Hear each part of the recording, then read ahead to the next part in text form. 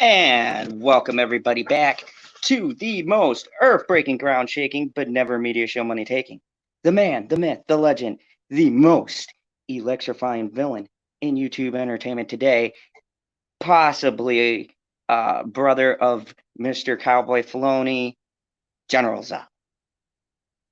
What's up, everybody? Today is a monumentous day because I'm going to actually step out of my realm of entertainment. Um, and I'm going to do something I normally don't do on this channel. And it's not because I don't play games particularly, it's just not something I review. But to give you context, because look, there is a lot of stuff going down with this game in particular. And I think this is an interesting situation to talk about because there's two sides to this, and I feel like not a third middle ground here.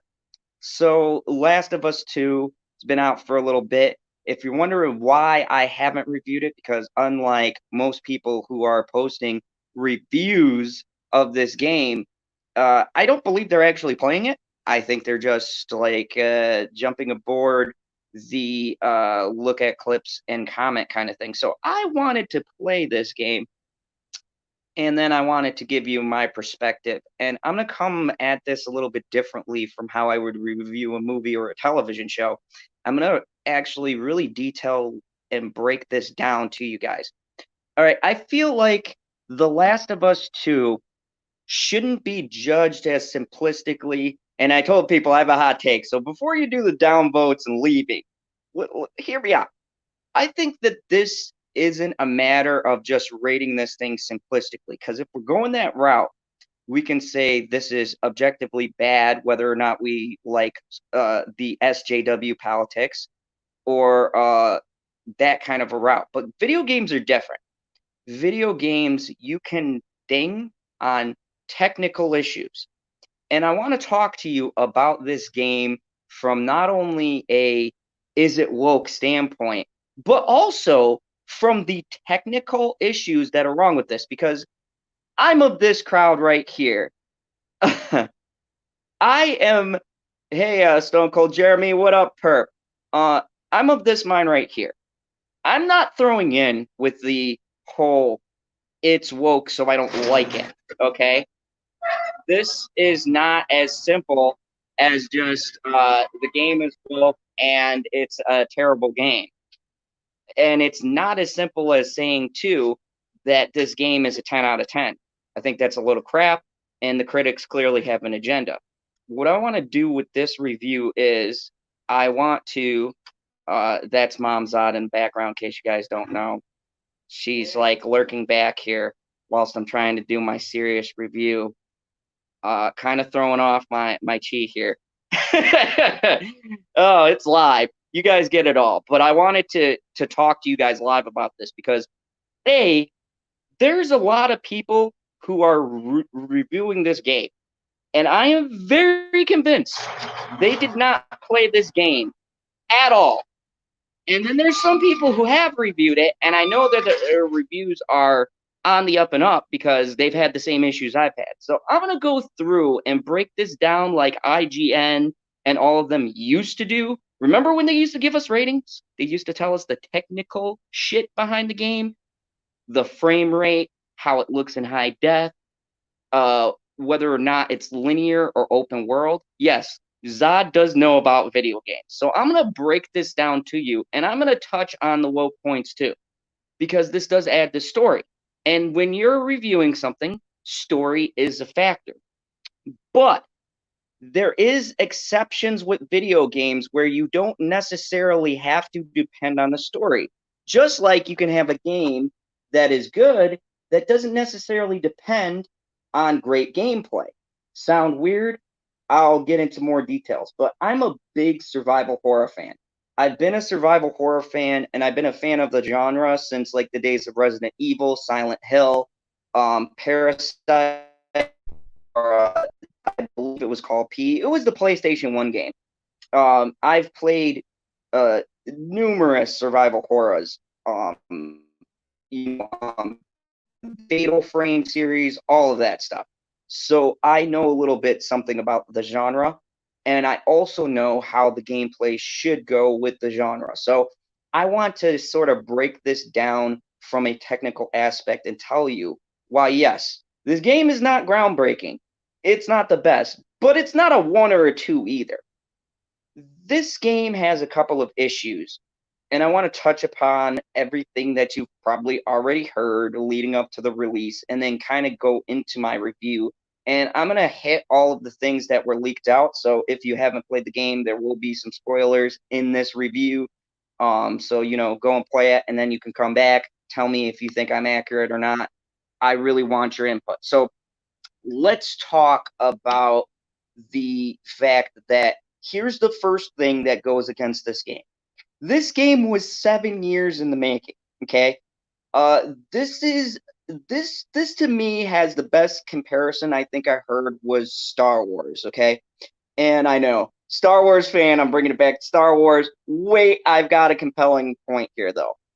When The Force Awakens came out, you had a gap between the prequel trilogies and Force Awakens, so there was anticipation.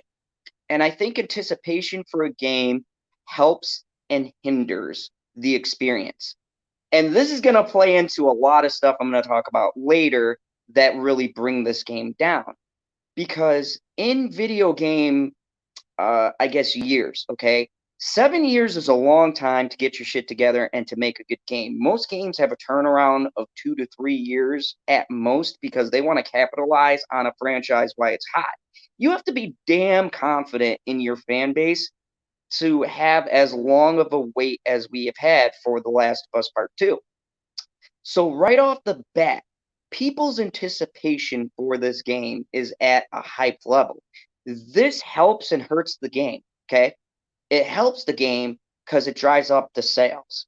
And that's where you hear from the shill media, oh my god, this game's breaking records. These angry YouTubers, they're so wrong at what they're saying. Look at the game sales. Look at the game sales. It's the same bullshit that they pull for movies, okay? These are not the same. A game selling a bunch does not equal the game being good, okay? So Forbes and all of you other fuckers who wrote articles, IGN, GameSpot, all of you people talking about how the game is so great because it's breaking all of these records, okay? You guys need to look at the overall picture. This game was going to break records when it comes out. That's not what people are calling for as far as numbers go. You're talking about the sales after the initial launch, okay? The sales after is what is going to be intriguing because what's up, Cyber? Good to see you, buddy. I don't know who that is, but I'm still gonna do my own live stream because I'm General Zod and I got my own take on it. So everyone else I know is gonna do a stream on this and talk about this. I would have done some gameplay footage, but here's the thing: Naughty Dogs is a bunch of assholes, and I don't trust they pull it down. So I will say this: if you guys want to see some excellent gameplay, shout out to PewDiePie. He has the funniest side-by-side playthrough I think I've seen in a couple of years. So yeah, big channels. So yeah, I'm gonna do my own thing. I'm a small channel. If I get 2 or 3 people listening, good. Hopefully I have talked to you about the points because look, you're going to have big channels that are going to have their own spin on this. And look, it's about views. Just like for me, it's about views. But I could be a little bit more objective.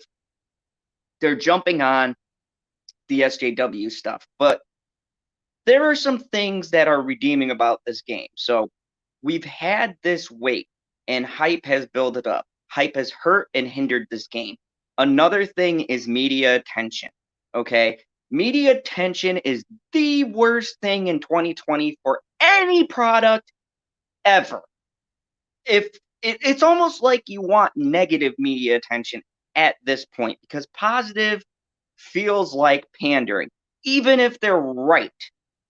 anything the media hypes up 9 out of 10 times is going to be slammed by someone, some channel, somewhere. So the fact that Forbes, okay, Forbes, I want to call you out on this, okay, Forbes? I refuse to believe, Paul. I read your fucking article. I refuse to believe, Paul, that you sat there and he did say he's only gotten through half the game. But you're telling me you can give an in-depth analysis by playing half the fucking game, Paul? That you can call people out for things? And I'm going to highlight some things Paul said in his Forbes article and call bullshit on it because I've played the game and I feel like its perspective on some of the things they're praising and some of the things that are just straight crap, okay? So I'm going to bring this all up because look, there are some things that need to be addressed, and I think that people who played the game have more of a credible sense of what they're talking about as opposed to people just specifically tackling things said by the developers or clips leaked, things like that. I really feel like you have to play it through and it doesn't give more context. I'm not saying that at all, but video games are a different format than movies. Video games are both a physical and visual and auditory medium. They hit three senses. You can't just simply judge just off the visual alone. You also have to have a feel for the game. You have to see how the game sounds. You have to have the surround sound 4K experience. And then you have to factor in, of course, the other stuff, okay? And I'm not saying that the points brought up by other channels is necessarily wrong. I just don't feel like they should be speaking on it because they've admitted not playing the game, but going into it. And that feels kind of asinine to me because if you are a gamer, you know there are other factors in just critiquing a game besides just going, oh, the cinema sucks. It's woke. You know, you've got to also play the leading clips, see what the tutorial's like. Do they take too long? Blah, blah, blah. So I'm going to get into it.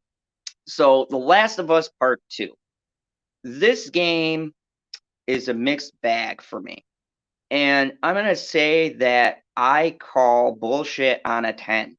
I also call bullshit on a 1, 2, or 3 rating because it's you can't rate it at that. I don't care how much you hate the politics in it. If we're going from the technical aspects of the game, it is not a 2, 3, or a 4. Okay? I think this game is very middle of the road. I think the hype doesn't break one way or the other. Had this not been 2020, 2019, 2018, 2017, or 2016, this game would be an average survival horror, okay? It would be an average sequel, nothing special, slightly better than what's out there because of the name, but doesn't do anything for the series that it's in. And I'm going to get into details of why I say what I say.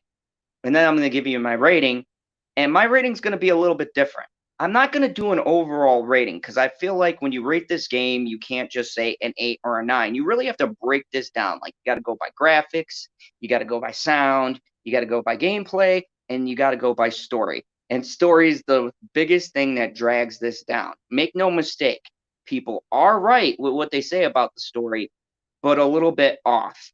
And I'll explain why. And I agree and disagree with certain people's opinions on the subject. So this game, The Last of Us, picks up essentially a couple of months after The Last of Us Part 1. It has been a bit, and here's my first problem. Here's my very first problem right off the jump, okay? Right off the jump, and this has been commented by multiple people who play games. Go see G-Man Lives Matters and other people who review these games. My problem right off the get-go with this game, and this has nothing to do with the woke shit, this is just technical. I hate when they recap a whole entire storyline and you do not have the option to skip. It's fucking annoying. All right, look, if you have never played Last of Us, what the fuck are you doing playing The Last of Us Part 2? Go out, buy the original game. I don't need literally a fucking like 5-10 minute recap on the events of the first one. I understand. And they have a tutorial like right at the end of it. And I hate that, okay? And pretty much the controls play the same as the first one with slight tweaks. I'd say they're better, and I'll get to that when I get to the gameplay. But I hate games that do that. I hate the fucking recap. And if you're going to have a recap, I hate when you don't have the option to skip. I feel like it forces the player, especially a seasoned player, to watch some shit they've already seen. So right there, you're taking me out of the game. Right off Jump Street, I'm getting annoyed. And look, if this game didn't have other issues, this wouldn't be a big deal. But right off the get-go, if I'm a vet, right, I played The Last of Us Part 1 in preparation for Part 2. And most people, I'm not saying everybody, but most people will play the first one. If you're a gamer, you're going to play the first one to refresh the storyline. So when you go into Part 2, you kind of got a gist of it. And literally, the front like 5 minutes of this is like the end of The Last of Us, or them recapping the end, and I hate it. It's unnecessary. It treats the audience stupid. Okay, and like I said, if you got a new person playing it, buddy, go buy The Last of Us Part 1. What are you doing jumping into Part 2? Okay, um, I really hate that. And I know there's two schools of thoughts. Like people are like, oh, that makes it friendlier. Look. If you're going into a part 2 or a part 3 or a part 4 of a series and you haven't played the original and you have no clue what's going on, that's your own fault, okay? Everything is converted now so that way you can play the original. It's not like when we used to jump system to system and you didn't have that option to go out and buy the original game. You can obtain the games now a lot easier. Naughty Dog, Sony, everybody who makes a game, stop doing this shit. It's annoying. I don't want shit recapped to me, okay? Small nitpick, okay? And I know I'm making a big deal out of it, but if you're a gamer, you know how fucking annoying it is when you've spent like 10 minutes, depending on your internet speed, trying to download this fucking like 5 gig game onto your system, and you finally get it booted up, and then you don't even make it to the title screen because you got to do a recap, and you got to do a tutorial, and you got to do a bullshit cutscene that I don't care about, playing a fucking guitar. That is all a waste of time. And this is one of the negative things about this game. There is a lot of extra shit in this that I feel is added as padding and really doesn't add to the game. Okay? There's a lot of stuff that should not be put into this. Now, Nico, I'm going to get to Abby. Abby is a source of contention. I've got a bit of a hot take on this. Some people might like my opinion, some people might not. But I'll give you my reasons and why I feel like people are kind of just jumping on this one thing, okay? But I'll get to Abby and that half-baked story, okay? So, all right. My issues started right from the beginning, right? We have the cutscene. We have the bullshit tutorial, normal dumb stuff that they do to waste like 20 minutes of your playtime familiarizing yourself with the controllers. I feel like these scenes are all padding, and I hate when games do this. Okay, so moving along. Now, here's the thing that bugs me about this, and it could be a small nitpick, but there's a weird time jump, okay? There's a time jump between when Joel's telling the story to when you see Ellie, and then there's another 4-year time jump. And I feel like unless they're going for DLC content, there's a lot of things that could have happened in between there that they just kind of like half-ass skipped past. Okay? So they jump to 4 years later, and it's the normal bullshit. You're heading up, like Ellie's got a bigger responsibility and things like that. And you're going around the village doing the normal bullshit. So let me talk about controls in this game, okay? The controls in this game, I'm not gonna lie, they're the same, okay? The same type of controls that you had in The Last of Us 1. Some things, as a matter of fact, are actually tweaked and a little bit tighter. Just my opinion. There were some things in The Last of Us Part 1 that really annoyed me about the control scheme. And particularly, it was trying to turn and quick turn and focus on other targets. Or sometimes the hiding system was janky, like you'd be hidden, but a fucking clicker would still find you. It'd be fucking annoying. Um, a lot of that is tightened up. I mean, we got to highlight the good here.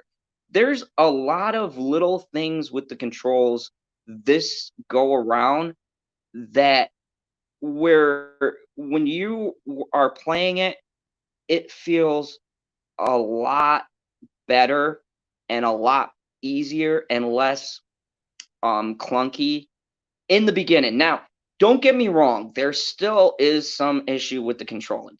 There and Stone Cold Jeremy, you're right along with me, buddy. I'm actually glad you're here because you've played The Last of Us as well. But yeah, first 30 minutes into the game, exactly. Background, recapping, half-ass tutorial. I hate that. Yeah, I totally agree. And I'm so glad I'm not the only one who got nitpicky with that. That frustrates me. Okay. And I love God of War, but they did the same shit in that game too. Like, I hate this new format that they do. But anyways, gameplay. Look, the controls, I and maybe someone might have a different experience. But I personally think that the controls in this game are a lot tighter than they were in the first game. There's a lot of little things that they've done with this, and a couple of things added, and a few things like, okay, in the first game, I had a few issues with targeting, and I don't know if anyone had this experience with Last of Us Part 1. I don't know if you guys had this issue, but one of my biggest issues were I had a fuck of a time sometimes if there was a mass group of enemies or if I had to like jet out of somewhere really quickly. I had with the first game a terrible, terrible time focusing down on enemies. Like I had some major issues. I had some times when I tried to escape and it just didn't happen. There were some glitchy controls, and I do have to say, the control scheme for this, I just personally feel is a lot more tightened up. Could be just me, could be the PS4 format. I don't know, but I feel like they've got much tighter controls in this game, and I appreciate that. Now, that's not to say the controls, just like any game, is 100%. There are a couple of times, couple of chases, a few times when I'm trying to escape somewhere, when I'm battling someone, and I pressed a fucking button and it didn't register. I've had those issues too. Like, those struggling scenes, quick time scenes, whatever. I've had some issues with that. That's a thing, okay? But it's not like, and this is the thing that pisses me off with reviews coming out. There is some tight aspects to this game that I want to acknowledge. Now, I'm not going to say Naughty Dog is the best. No, they're a bunch of douchebags. But there is some two things I can say they do well if they do anything well in this game. One, the control layout and the way that you can switch between things and things like that, much better than part one. I had very few problems. I had virtually no problems focusing on enemies. I got out of places I needed to.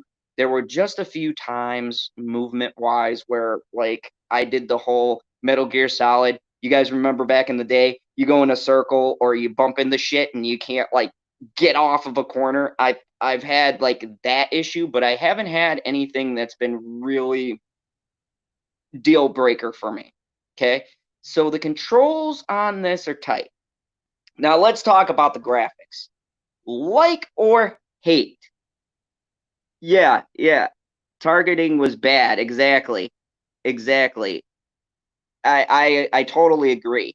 And I think Stone Cold Jeremy, if there's one thing that I can agree on with this game, I feel like they did tighten up that aspect a little bit better in this game as opposed to the first Last of Us, because this game is designed, if you guys haven't played the original, I don't know why you're playing two, but anyways, this game is designed to throw hordes at you. It's like a Resident Evil, Silent Hill, Evil Within, all of that shit, okay? It falls in that genre.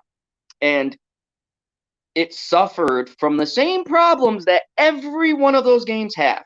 When you got mass grouping, very few of these games have the ability to let you get out of that situation um, and not die, or you don't get stuck on something, or you can't focus down on an enemy until they're on top of you. And this game here does it a lot better. It's a lot tighter with the way that they do the controls on this. Okay, you got to give them credit where credit is due. The control scheme, the map, the layout, it's simple, but there's a little bit of complexity to it, and it's got a little bit more to it so that you don't feel bogged down by really poor controlling. You don't ever feel like you're stuck on a corner or that you can't get out of somewhere. There, like I said, there was a very few times I can complain, and this is 20 plus hours of game playing. I like played this for you guys. Like, if you notice my eyes are bloodshot here, I've been hitting this thing hard. I'm not streaming this because I'm not a big channel, so I'm not going to show you shit in the background and Naughty Dog or dicks. But needless to say, the gameplay isn't that bad. It really isn't. It's got pretty good stuff. It's got some visceral action. There's a lot of good responsive quick time moments. The weaponry and the stuff like that. It's not reinventing the wheel. Okay, nothing in this game is going to get you to say, "Oh my god, this right here changes the face of survival horror." No. Okay, you got a bow and arrow, you got your guns, you got your knife. It's the standard survival horror. Okay, it's the by the numbers weaponry that you're used to. Okay, so I mean, this isn't reinventing the wheel. It's not doing anything spectacular.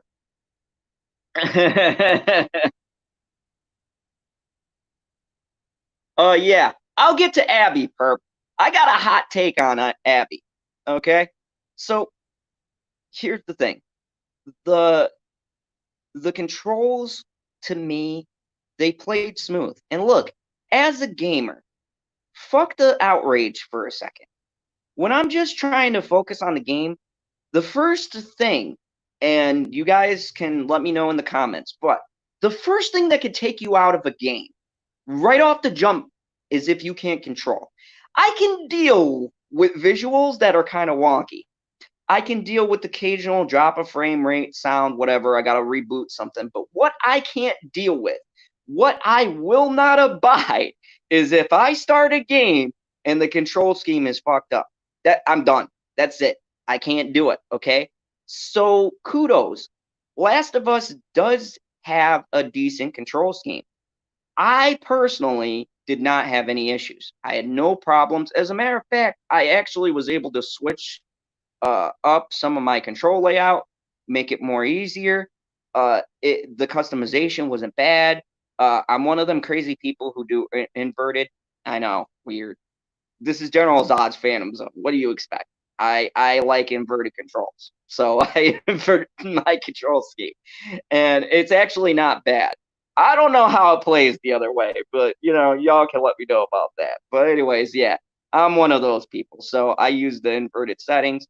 Um, as far as being able to target stuff, the axis and the degree and the positioning was very spot on. I didn't feel like when I was trying to target something, it went all over the place. It is tight.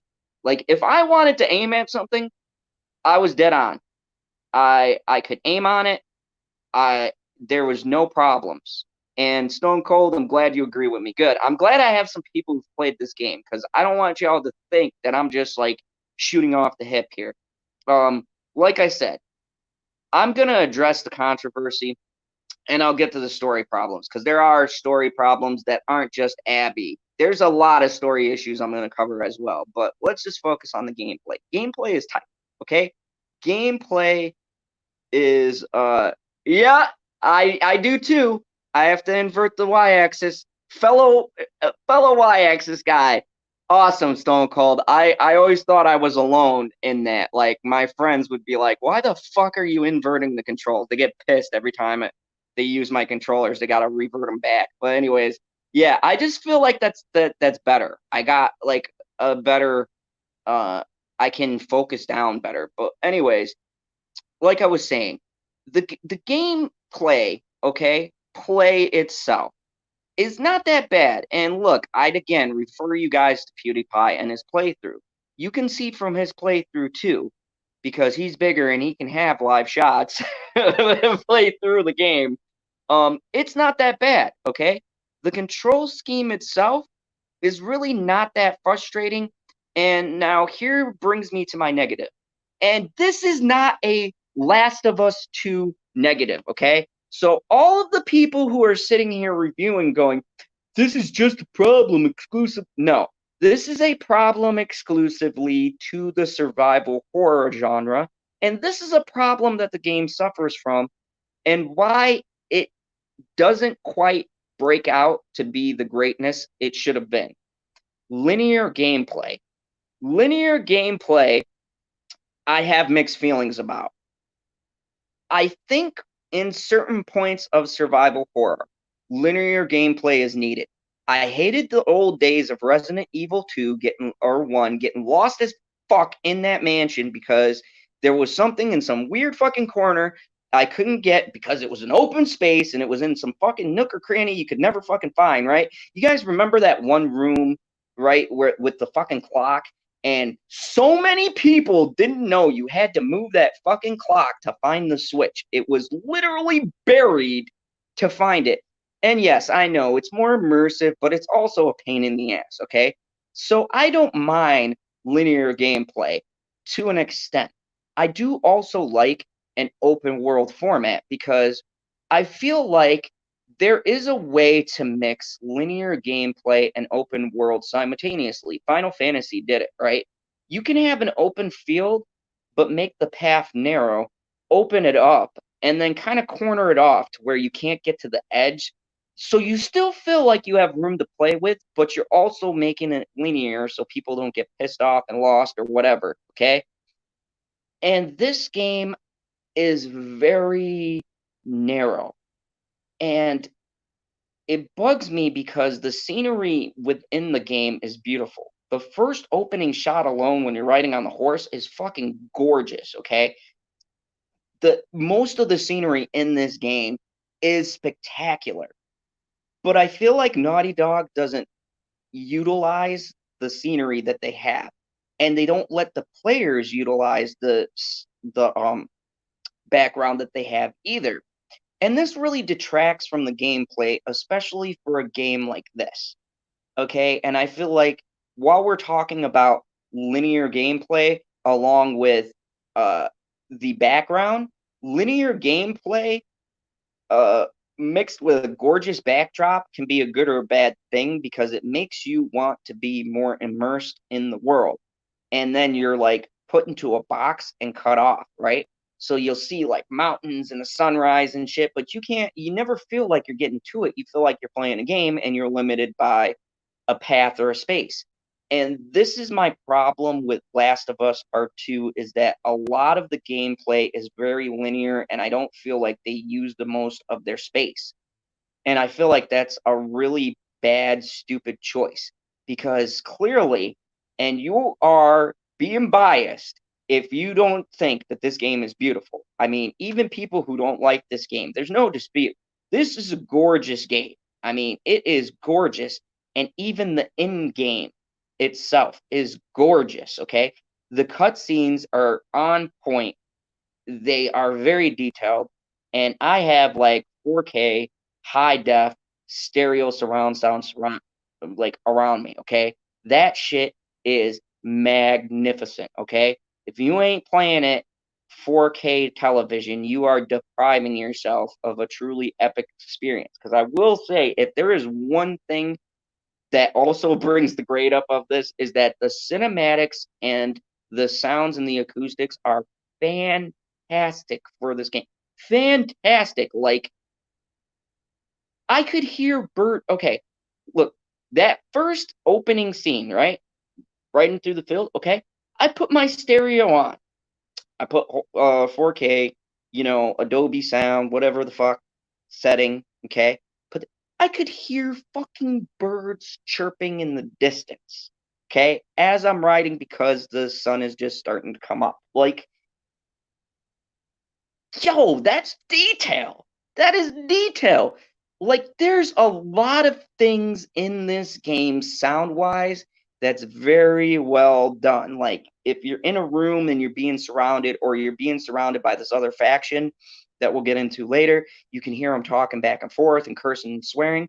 I like that, okay? Because that's part of the experience. I like it when you are surrounded by people and it feels like you're surrounded by people and you can hear them talk and chatter, and it adds to the drama of being surrounded, okay? I think that that is all very good. So, as far as if anything in this game scores the highest, I would say it would be the visuals. The visuals are on point. And I have two schools of thought for this, okay? Number one, when the show media tries to say that this game is a 10 and they are just constantly talking about cutscenes and visuals, that's bullshit, okay? Because there was an article, and I want to say it was by PC Pro or one of those magazines, right? And there's a school of thought, and I agree with them, where video games can no longer be judged just on graphics alone, okay? And cutscenes. Every game you play, every game you play, fuck, I played mobile games that have great cutscenes, okay? You can't use the metric of it's a great, beautiful, dazzling scenery, okay? This is a new age. Everything looks good. Anything you play now has an amazing cutscene if you've got a top tier developer, okay? The graphics are going to be spot on. And shit, 7 years, the graphics better be spot on, okay? And I gotta say, not one cutscene to me, not one transition was really rough or choppy. I didn't notice frame rate drop. I didn't have a lag anywhere. It was smooth as butter. Okay. I do have one issue, and this is an issue within the system itself. There still is the loading time. In 2020, please, Xbox One X, PS5, whatever the fuck's coming out, can you please get rid of loading screens? Can we get rid of them? I've been waiting since like the 90s to fucking get rid of loading screens. Like, I'm tired of it. I don't want loading screens. I don't want that. And I've seen games do it. You can do it. It can be done. It takes a little bit more time, a little bit more money. But if you're making graphics like this, I want you to cut out the loading time screens. It's ridiculous. The load time screens are ridiculous. We should not have them, okay?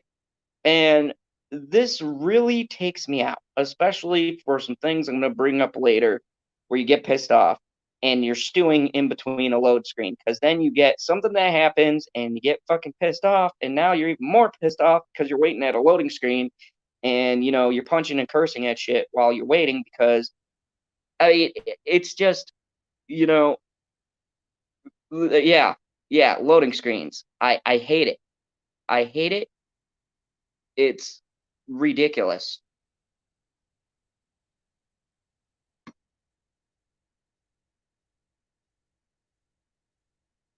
Yeah, very good. I agree with you, Stone Cold Jeremy. I'm gonna put that up. He agrees with me. He says there are some really good ideas, audio and visual, that add to the submersion of the game, which makes this game good. But I don't play a game for ambience. I play the game for the game, which is true. And I'm going to get to that because Last of Us 2 is an interesting case. And I'm going to call this a sort of Last Jedi situation. And everyone who's Star Wars fan are going to have this problem. Yeah, God of War did that. Thank you. The load screens, they got rid of them. I hate that. You just went right into the game. But all right, so that was my other issue, right? I thought the visuals were great, the acoustics were great. This game looks and sounds amazing, okay? Social media, there you go. You want a little I'm not an angry YouTuber thing. There's my thing, okay? You're right. The game is dazzling. Now, here's where I call Forbes, IGN, GameSpot, GamePro, all of you other fuckers out, okay? This game is not a 9 or 10 just because of the fact that the controls are better than the original, which this is a sequel they should be by gaming standards, and because it has beautiful fucking graphics. That doesn't make a game, guys. Doesn't, okay? That's just a portion, and that's why I'm breaking it down like this. And that's where me and the shills break off on our review, okay? But I'm not totally on the other side either. Okay, I'm gonna keep this down the middle. I'm gonna keep 100 with you guys. All right, I'm not leaning one way or the other. I'm being objective, and you guys hopefully will give me comments to let me know whether I'm off or not. But hey, so gameplay, better, tighter. Still has some issues, not too bad. Visuals and sound, amazing. No drop in frame rate, no noises that were off. I didn't fall through the map. I didn't have phantom areas. I didn't spin around in circles. I will definitely have to rate the multiplayer when it comes out because I'm going to be curious. This game's going to be weird for me. Not saying it can't be done. They've done it with other survival horror. But you had Dead Space do multiplayer. I'm just saying. Kind of feels like this. And if you guys don't know, Dead Space multiplayer was very generic, very basic. So I'm hoping that there's more meat on the bones for this, okay?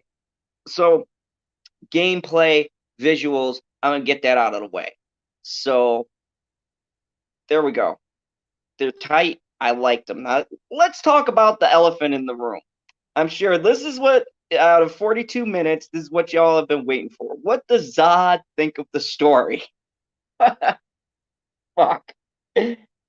Oh, boy. So, this is loaded. This is a loaded.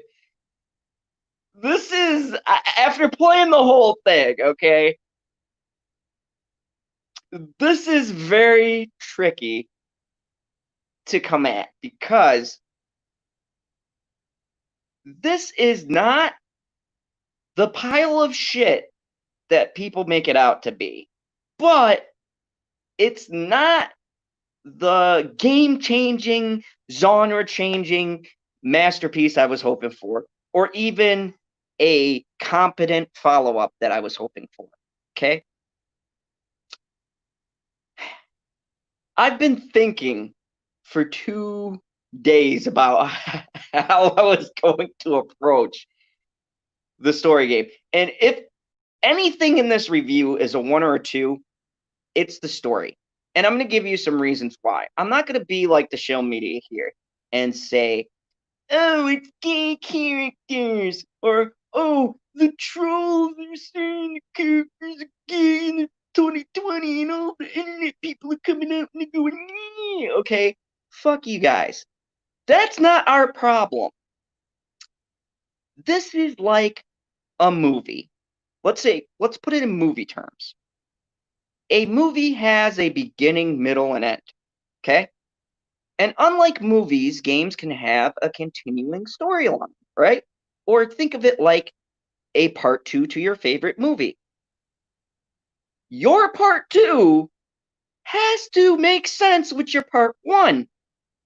mainly in characterization and long-running story, okay?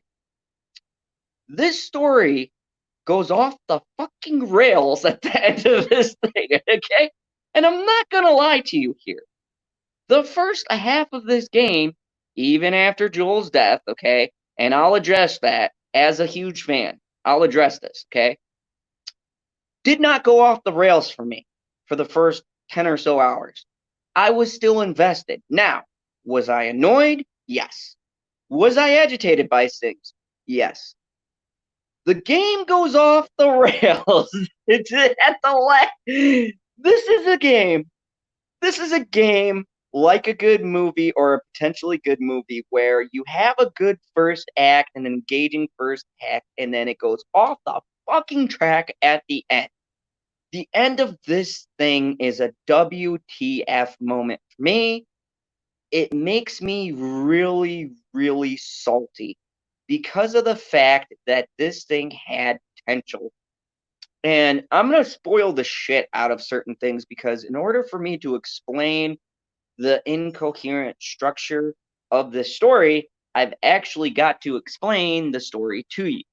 So, The Last of Us Part 1, there was a dilemma, there was this disease.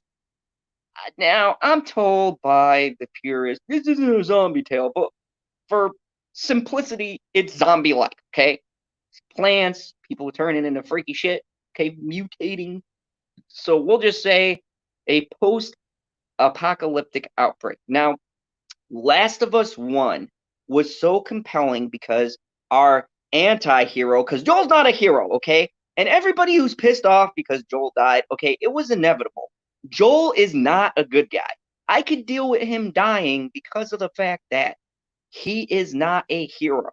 He is an anti-hero. He made a bad decision, and by story logic, he does have to pay for that decision for the game to make sense.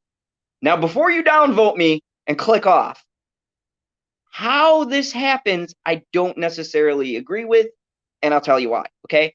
Because that whole storyline fucks up this game, and we'll get into that. But Joel is not a hero. He is an anti-hero. He's kind of like a Punisher. You like to root for them. They're likable. They're relatable, but they protect a certain thing, and they will throw people under the bus for the mission, okay? It's like a Batman, a Punisher, things like that. They, well, Joel's more of a Punisher, I'd say, because he didn't really think of the greater good when he made the decision. So if you guys have played the end of Last of Us 2, Joel has a chance to save humanity. He has a chance to get rid of the cure, or I mean, get rid of the plague, and he has the cure. Unfortunately, he has formed a bond with Ellie, who is our protagonist and who will take over this campaign. And look, Ellie, I liked her character. I thought she was very rich, and I still do in this game up to a point. And I'll explain my logic for that later. But Ellie, to me, was a very well thought out, well developed character. And this is the other problem that this game has. The Ellie and Joel dynamic was always the best because it was those two that made the choice at the end of the first one so impactful and made you think that he wasn't a bad guy. But make no mistake, the man pretty much condemned humanity to save one person. And it's the whole theory of saving millions versus saving one life, okay? And yes, there are factors to he has a chance to grow up. Maybe there's another way to find a cure. Thank you. I appreciate it, Stone Cold Jeremy, because I'm gonna stand by my statement, and I do got some good facts here. But Joel does something, and this is what makes this game different from part one, and why it's inferior to its predecessor. The first game didn't just do a shocking moment and a thrilling moment just for the sake of it. It was the journey you took with the characters that fleshed out the whole entire arc of where the characters would be. Okay? So Joel and Ellie are the heart of this story, and the people they meet along the way gives us insight to who Joel is, who Ellie is, and through this journey, they change each other. Joel is very out for himself, very one-minded, narrow focus on he's lost everything and he wants to stop this plague. And he's willing to put people under the bus to accomplish the mission. This flips at the end of Last of Us because he's actually putting a person before the mission, okay? The mission is to get the cure. Unfortunately, they can't get the cure unless Ellie dies. And there's the whole one life versus millions thing, and Joel picks one life and essentially condemns the human race. This is compelling shit. This is what you want at the end of the game. This choice sucked. I hated this choice when I got to the end of The Last of Us, right? Because it's like the greatest question. This is the problem with this game that I think people are bringing up. And it's not to say the writing isn't good in this game. It's just not at the level of part one. And this necessarily isn't an SJW thing. This is a sequel thing. I mean, there's very few games, especially survival horror games, that can make a part two that is better than a part one. You have your exceptions, like Resident Evil 2 is by far better than number one, right? Silent Hill 2 was as good as Silent Hill 1. Okay, you have the exceptions to the genre, but for the most part, a part two already suffers from sequelitis, okay? And the way this ends, I always had a hard time buying a sequel to this game. I thought it'd be interesting, but I thought this would happen in the fact of you shoot yourself in the foot because now you've made Joel in the end of Last of Us Part 1, he was really kind of shitty. He condemned people when he could have saved them. And now you can look at this morally and go, oh, well, he saved Ellie and she's a little girl and she should have her life. Maybe there's another way. He had the means to save everybody. He chose not to. How many other people died in this time jump? How much did things turn to shit because of the decision he made? And I don't think people are looking at that when they look at the fate of this character. So I don't have a problem with him karmically getting what comes around goes around. There's going to be someone salty because he could have ended this and he did it, and lots of people died as a result of his actions. Now, here's my problem. You can kill a character off. That is cool. But how you kill the character off and why you kill the character off is just as important as killing the character off. And I think the best analogy was Terminator Dark Fate, right? I don't have a problem with John Connor dying. I do have a problem with John Connor dying for no fucking reason whatsoever. Joel dying, I didn't feel didn't serve a purpose, and I felt the brutality was not necessarily he did not deserve it, but the way it came about, like how he got set up and how they placed the characters into this situation made no fucking sense. It made no sense. And this is my problem with the story of The Last of Us Part 2, okay? There is a lot of things that they need to right around in order for things at the end to work, okay? There's two glaring problems that this story faced, and people aren't wrong for critiquing it, but I'm not going to say I completely hate it because I understand what they were going for. I understand why they did the way they did, but it's like with anything. You can have the best idea in the world, but in the end, it's about execution. They had good graphics, they have good gameplay, they have tight controls, but the way they execute certain points in the story makes no fucking sense. They dumbed down a lot of what made some of these characters really good. And a lot of people are going, well, it's been years, so they've lived virtually, they haven't been attacked, and Joel let his guard down, and he was slipping. No, okay, y'all watch The Walking Dead? Shit still goes down, okay? You don't just let your guard down because during a post-apocalyptic zombie-like type of time. That doesn't happen, okay? No, I don't buy it. You can sit here and tell me in a million fucking comments and threads that this is a plausible excuse, but from the way they characterized him in the beginning of this game, okay? And even the first half to the first game, I fucking refuse. I don't buy it. I don't buy the setup. I don't buy the ambush. I don't buy he wouldn't be with someone who could back him up. I mean, yeah, he's a lone wolf, but he always rolled with somebody else in case the shit went down. He got out of tons of scrapes in the first one that I legitly thought that was the end and we were switching over to a different character, okay? So I don't buy this fucking half-ass setup mid-game. I just don't. And I think it's fucking lazy and contrived. That's my problem with this death, okay? I don't even mind that Abby, half-ass character, and I'll talk about her in a second, was the one to do it. The generic storyline, I don't have an issue with that. What I have an issue with is people tweaking the personalities of the character to make it fit within the story. There is ways to set up clever characters without having to make them look dumb as shit in order to do it. And I felt like a lot of the situations you find yourself in, I'm screaming at my fucking television and I have no choice. I have to enter. Like, and once again, you guys can see PewDiePie's playthrough, and he screamed the same shit that I did, right? It's like the game forces you into a dumb situation to make the story work. And I hate it.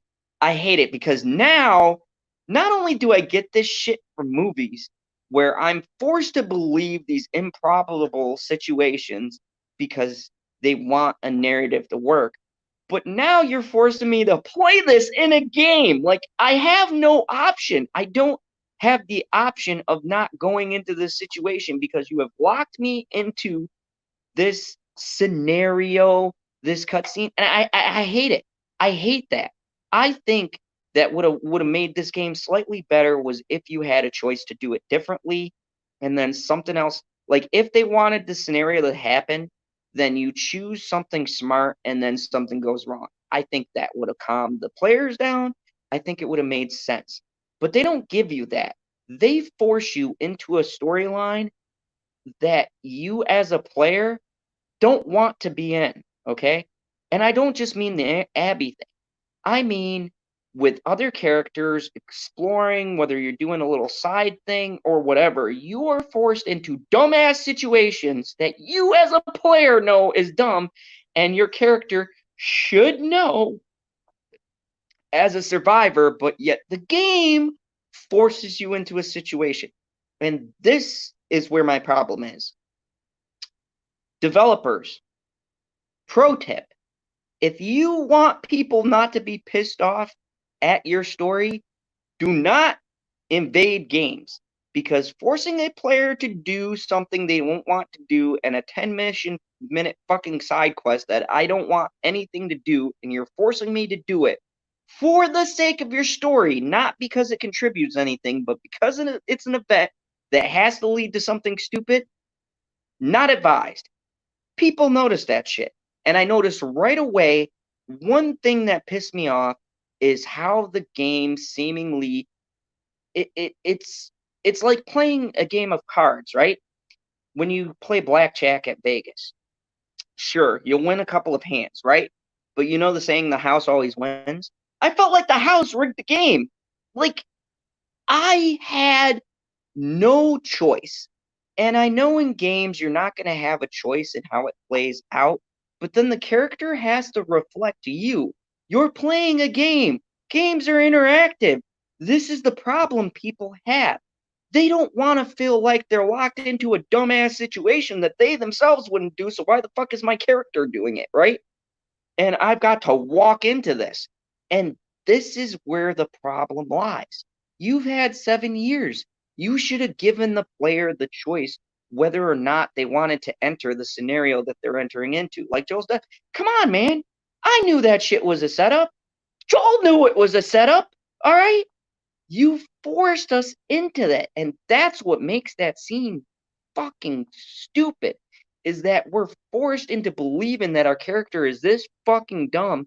A man who survived the first game is this fucking dumb and contrived to fall into a trap by Hulk Hogan, okay? Or Big Papa Pump, as some people are calling it, okay? I don't buy it. And this is the problem with the narrative, is that the game is forcing you into making bad choices. And it takes away the the experience. It takes away the playability. It takes away the interactivity of a game. When I'm forced into a scenario that I don't want to be in, you're taking the choice of playing the game I want to. Okay, let's take Red Dead Redemption as an example, right? Open world, you have a choice on certain scenarios. Now, some things are set up as the in-game story, but I never felt like I was trapped in an in-game story. I felt like it was the natural progression of the game, and I never felt forced into doing anything I didn't want to do, right? GTA, same way. There's a linear game, but there's also a do what the fuck you want to do aspect to it. This game felt like they were trapping me into their story. And I think this is where a lot of players are going to have a lot of issues and where people are having an issue with this game.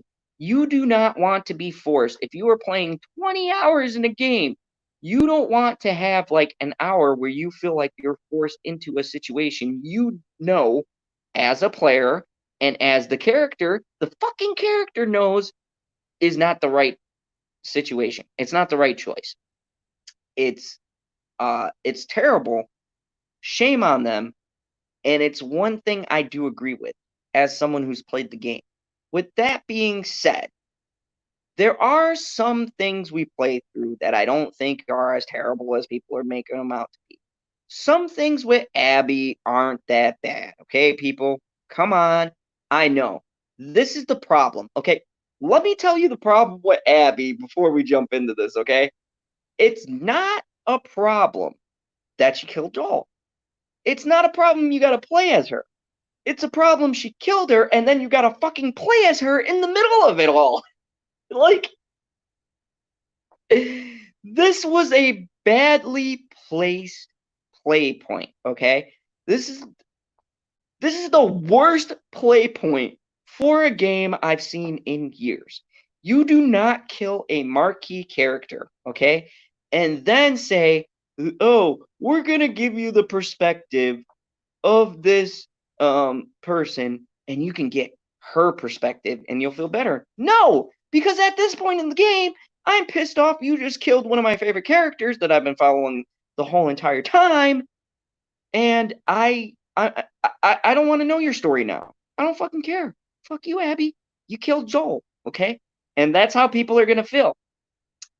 But I'm not gonna lie. There are some benefits to playing with Abby in this game. I mean, she's beast, and whether you can put woke points for this or whatever, I mean, there's some cool shit you can do with Abby. That isn't really my issue. My issue is where they chose to set this character. There was no setup leading to this. There was not a point in the game where you were hinted to. And look, this is a double-edged sword. Naughty Dog wanted to go for the big surprise. In doing so, they pulled a Game of Thrones and they fucked themselves because now I don't care about this character because you pulled the big surprise and you pissed me off and now I don't want to know about her. Okay? I don't care. And Abby actually isn't really that bad of a character and I could have sympathy for if you didn't kill Joel in the fucking first hour of the game with Abby. Why? What was the what What? Who was the asshole? Okay. Where was the designer who said, you know what? Let's have this really compelling scene. We're going to kill Joel. Okay, cool. When are we going to do it? Let's do it in the beginning. That's kind of risky. People are playing this game. We're promoting it like Joel's going to be in here. No, no. We'll kill him in the beginning, but we'll use a powerful female. Oh, we'll get woke points for this guy. I like it. But whoa, wait. If we have a female killer, won't those angry trolls get it? No, this is what we'll do. Midway in the game, we'll create a whole fucking 2-hour section where they'll play as Abby and they'll gain her perspective. And then they'll become woke about it. Oh, yeah, that makes sense. We'll do a whole thing with this character and then they'll feel her feelings. And through this, they'll be able to identify why she's so pissed. Wait, John, wait, what's the story gonna be? Is it gonna be something gripping? He killed her father. That son of a bitch! We're also gonna make people happy because go dads, right? This is a perfect reason for a woman to kill a man, right? Right? She killed his father. Yeah, Tom, spot on. And we've got perfect setup. They'll love Abby by the end of this game. That was the conversation, folks. And they were fucking wrong. Because here's the problem with this theory. If we would have had more time with Joel, if you wanted to play this storyline better, there was no built up. Like, we got the first game. We get he's an anti-hero. But maybe we play a Joel flashback where he makes a decision that directly affects Abby, right? Maybe have Joel killing her father and Abby's a kid, same way you play it as before, but she sees him and he's doing some fucked shit, right? But we're playing it from Joel's perspective so that way, when the big moment happens, we realize this is a thing that's going to come around. Maybe make an obscure thing so, people think about it. There's a random person here. And then she drops the bombshell, my name's Abby. And Joel goes, oh shit, my past is catching up to me. And then you drop the bombshell as well that he didn't cure humanity and he had a chance to. And then that gives you the setup for us to have some kind of sympathy. Because then it's like, Abby's kind of a dirtbag, but I played Joel doing some fuck shit. So I get her perspective. But they don't. And this is what I mean by the story is lazy and contrived. 7 years. You didn't think it was a bad idea to make this exact structure of the game? You could have easily had us play Joel, have him do some fucked shit to Abby, and then not tell us who Abby was, and then bam, you drop a bombshell. Well, now we don't completely hate Abby. We kind of understand now what her motive is. But when you kill the fucking main character midway, you don't give us context and force us to play a flashback? Yeah, that is fucking stupid. It is the stupidest, most dumb way ever to introduce a character and then try to vibe and try to get our sympathy. Because I don't feel sympathy. I don't. I literally feel nothing for this character. Do I think the character is necessarily one-dimensional? No, I guess not. We got flashbacks. She did other shit that was good. There's a point of view. But I don't feel the same impact I would have got if you would have done the setup slightly different. And this is another issue. This is a big fucking issue because placement, just like in movies, just like in television, just like in fucking comic books or reading, placement in a game is just as important as any of those mediums. And you place this fucking cutscene playthrough bullshit exactly the wrong spot. You did the wrong character, you did the wrong spot, poor timing. Nobody wants to play this bitch after she just went Louisville Slugger on Joel's head. Okay? No, no, I don't want to play her. Now I don't want to know her. I don't care if he just did her father from behind, coup de grace style. You're not getting sympathy from me because you did not set up the character motives clearly. You did not define and you did not set up the motive for the character before you did your big reveal. And this is a problem that's in 2020 a lot. And I don't necessarily contribute it to the SJW wokeness. I contribute it to really fucking poor writing. You can set this shit up, okay? But it's how you place it and where you place it that makes the difference in the story. 5 seconds. 5 fucking seconds makes all the difference in the world, okay? You could have easily made this work for your game had you swapped things a little bit differently and had us play Abby in the fucking beginning before she goes fucking Louisville on Joel's head. Just take that time a little bit and do it through Joel, okay? If you want to, add some dirt. Yeah, I know. I know it's more Tiger Woods, but I prefer the baseball reference. Okay, before he goes Tiger, we'll say before you go Tiger Woods, all right? I, I think that it would have been much better. I think the game would have played better had we had more context, okay? It's like introducing characters into a world. It doesn't matter if you're introducing them as this badass. Cool, you can do it.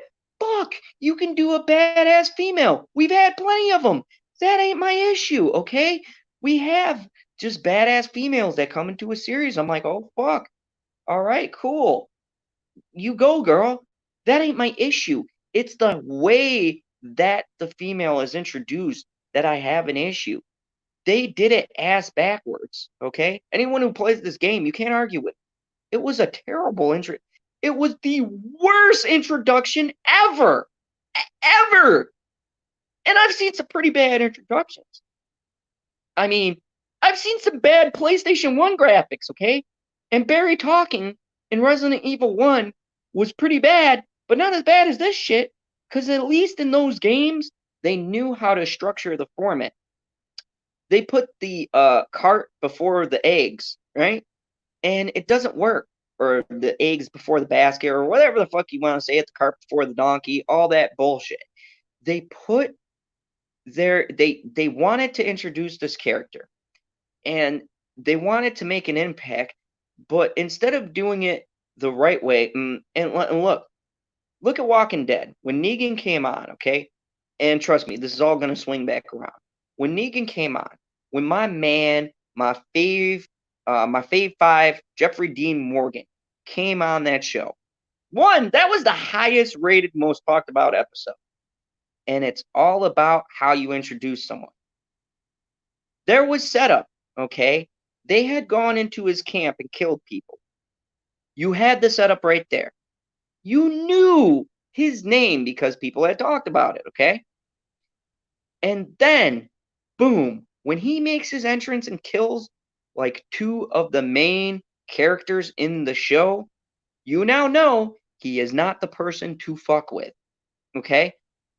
And they didn't kill a main character and then introduce the new guy in some half-assed, oh, here I am, ha ha ha. They had setup and context before you got to the big bad. This, I don't feel the setup. Like, there's nothing. It's like, hey, welcome, new guys I don't know. Yeah, this isn't gonna bite us in the ass. Come on in. Here's the coordinates. Like, what? You didn't establish this in the first game. These people aren't that fucking stupid. You're telling me these people who have been around now for 4 years are going to just slip up and let this random ass group come in and fuck everything up because they make a stupid mistake? No! The whole entire premise right there is the reason why Abby's character suffers. And it's not because you can't have a generic character or a character introduced how every bad villain has been introduced in the history of gaming, okay? That's not my issue. Actually, Abby could be a pretty cool character just for the fact, as everyone hilariously pointed out in their reviews, Big Papa Pump Abby. If you watch wrestling, you get that. Um, I don't, I don't have a problem with her looking like she roided out, and I'm not gonna do the pronouns game. Fuck you, IGN. Okay, we're not playing the pronouns game. You can eat a dick. Okay, this is a game. I refuse to play the pronouns game with gaming. Okay, I don't have an issue that she looks steroids out or that she wants to come in and be a badass. I don't have an issue with that. As a matter of fact, if you're a leader of a rival group and this dude killed your daddy, cool. You should come in hot. You need to make a statement. The setup is what I have an issue with. It is the setup. You cannot set up a major introduction like the way that they did. You can't do it. You can't kill a beloved character and then jump into another character's tutorial and try to get sympathy afterwards. It does not work that way. Writing doesn't work that way. Okay? You have to have some lead in into and character motivation into why the character's doing what they're doing, and you can't do it after a traumatic event like that because people aren't going to buy it. And I'm not wrong. People don't buy it. Anyone who has an issue with Abby, it is because of the way she is introduced. You know, I, I, I'm confounded by this one point. And I don't, once again, have a problem with Joel dying violently. I don't even have a problem with him dying from his comeuppance, okay? You might not like my opinion here, but he deserved to die. Let's be real. He had it coming. He damned all of humanity. And yes, okay, I'm a father. That's the realistic choice, okay? The choice he made in the first game, it's the realistic choice. No parent out there can't tell me if your little girl is the cure for the world. But the catch is, she has to die for you to harvest enough of whatever the fuck to save the world. That you're gonna go and say, humanity, yeah. You're gonna say, fuck you. I'm not doing that. No. So, see how that goes, people? You see how you set up a game? We don't hate Joel for the choice he makes at the end of the game because they pre-established a relationship with Ellie throughout the course of a whole fucking game. 10, 15, 20 hours, whatever the fuck it is for you to get through the first game, you have established a bond, a connection. So when you get to that final choice, when you get to the moment of truth, when you have to save humanity, you go,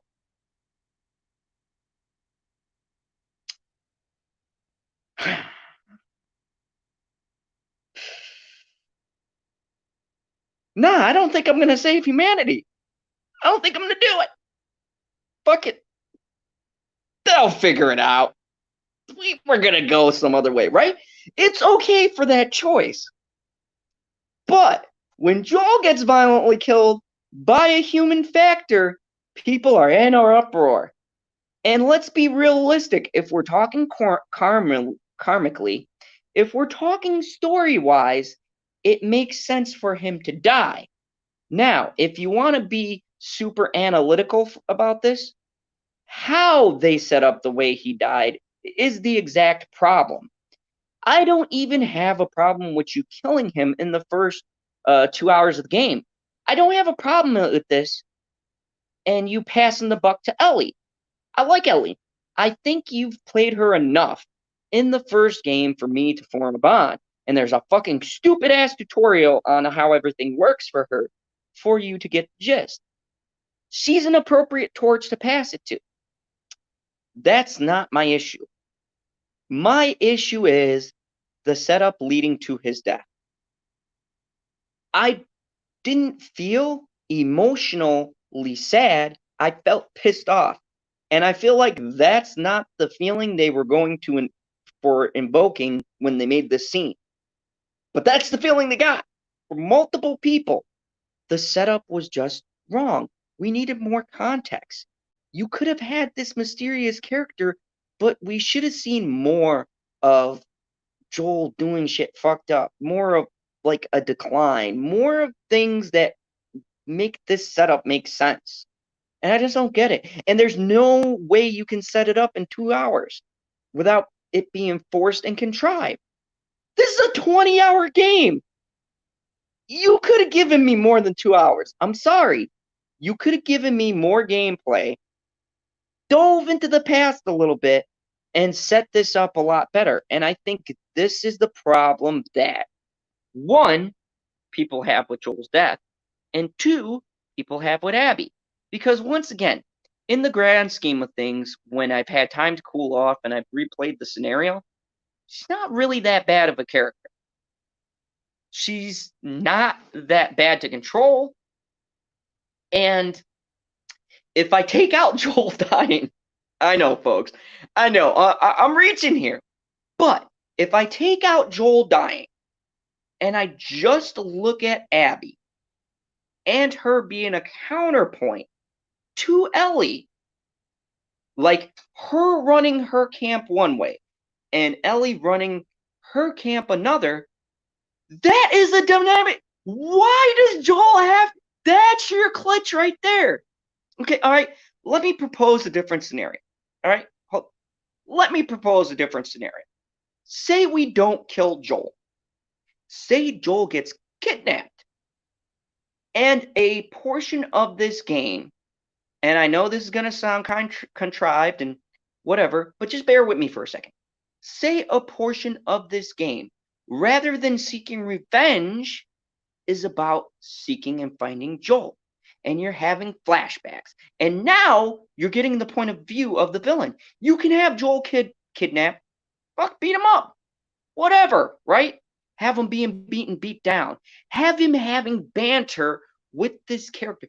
Develop your villain through back and forth with your anti-hero. This would have drawn people in because you could have had philosophical differences. You could have had Joel with one counterpoint and Abby with another. And then you could have seen the other things that they show with Abby, right? And how she's not so bad with some things, or how she's defending some people, and how there's a little bit of complexities with this camp, right? You could have used Joel as a vessel for us being introduced to this new villain, and you could have done it creatively and smart. And I think that's one of the issues with this game. There was no back and forth. There was no development, and there was no interaction with our other characters that made me invested within this other villain story. So when you get to this final conflict, and trust me, I'm going to talk about the ending. Okay? All right, but when you get to this conflict, I don't feel as invested because it feels generic revenge story.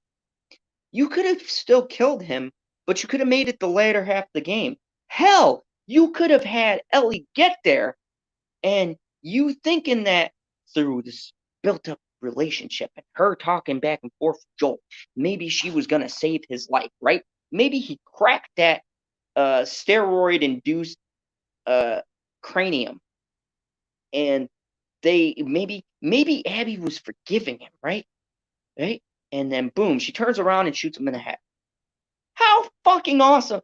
Like, dude, how much more would you have been like actually equally surprised, right? How many more people would have been more shocked than pissed, right? Like, say they play this a different way. Say that they build this relationship. They have you don't even have to have Joel in the game. You can just have him a part of the game, doing some flashbacks, bantering back and forth, right? And you build this character off of him and the dialogue. And this game has beautiful cutscenes.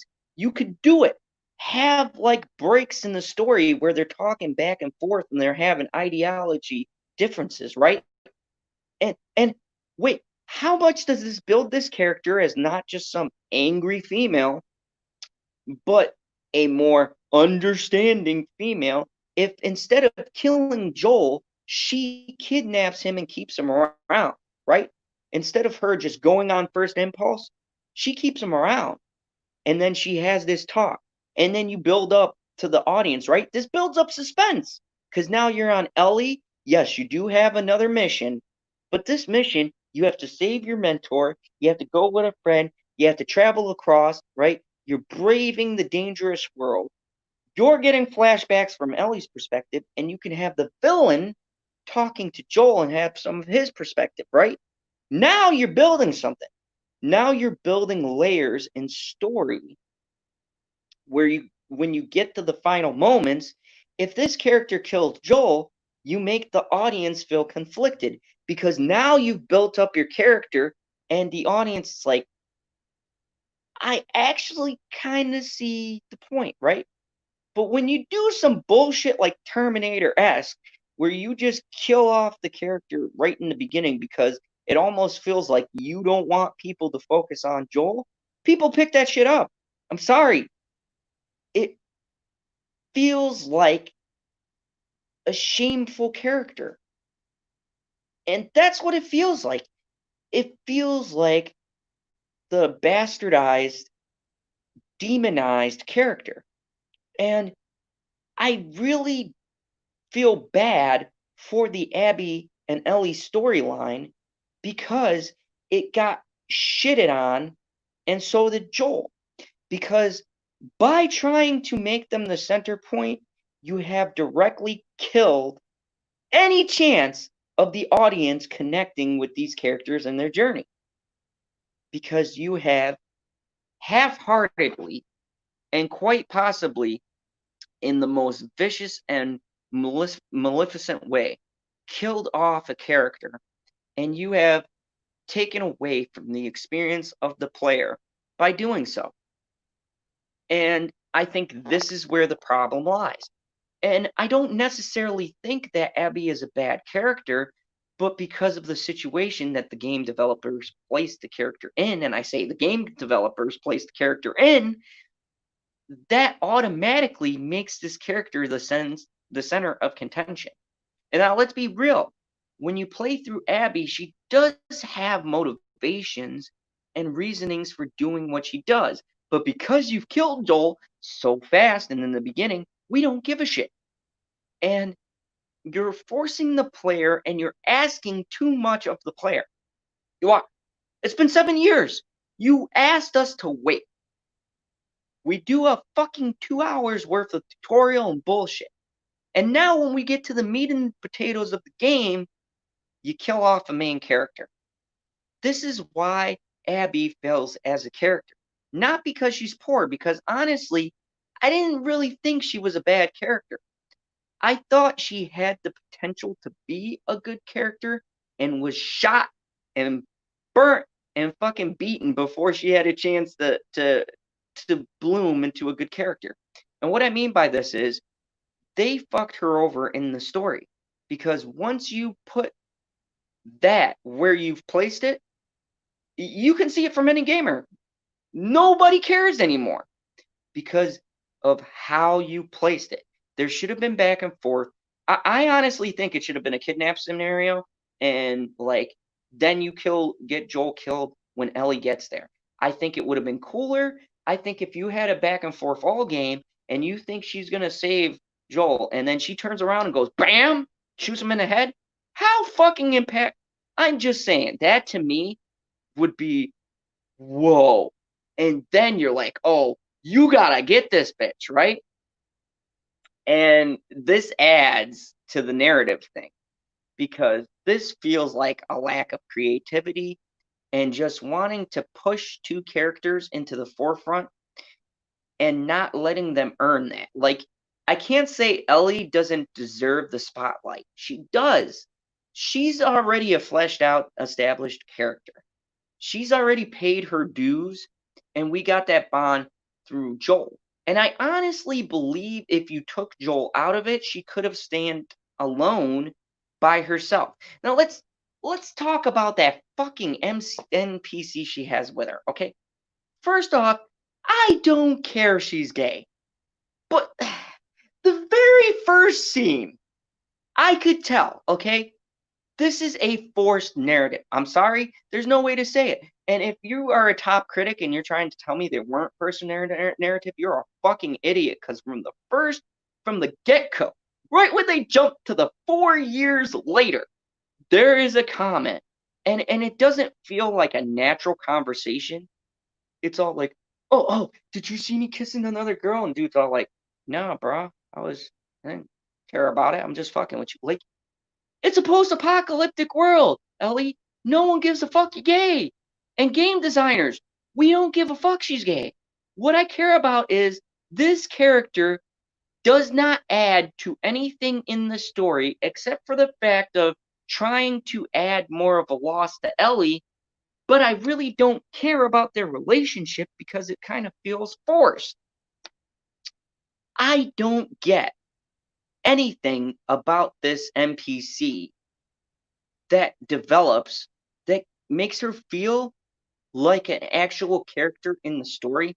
And what I mean is, okay, God of War, you play as Kratos and his son, right?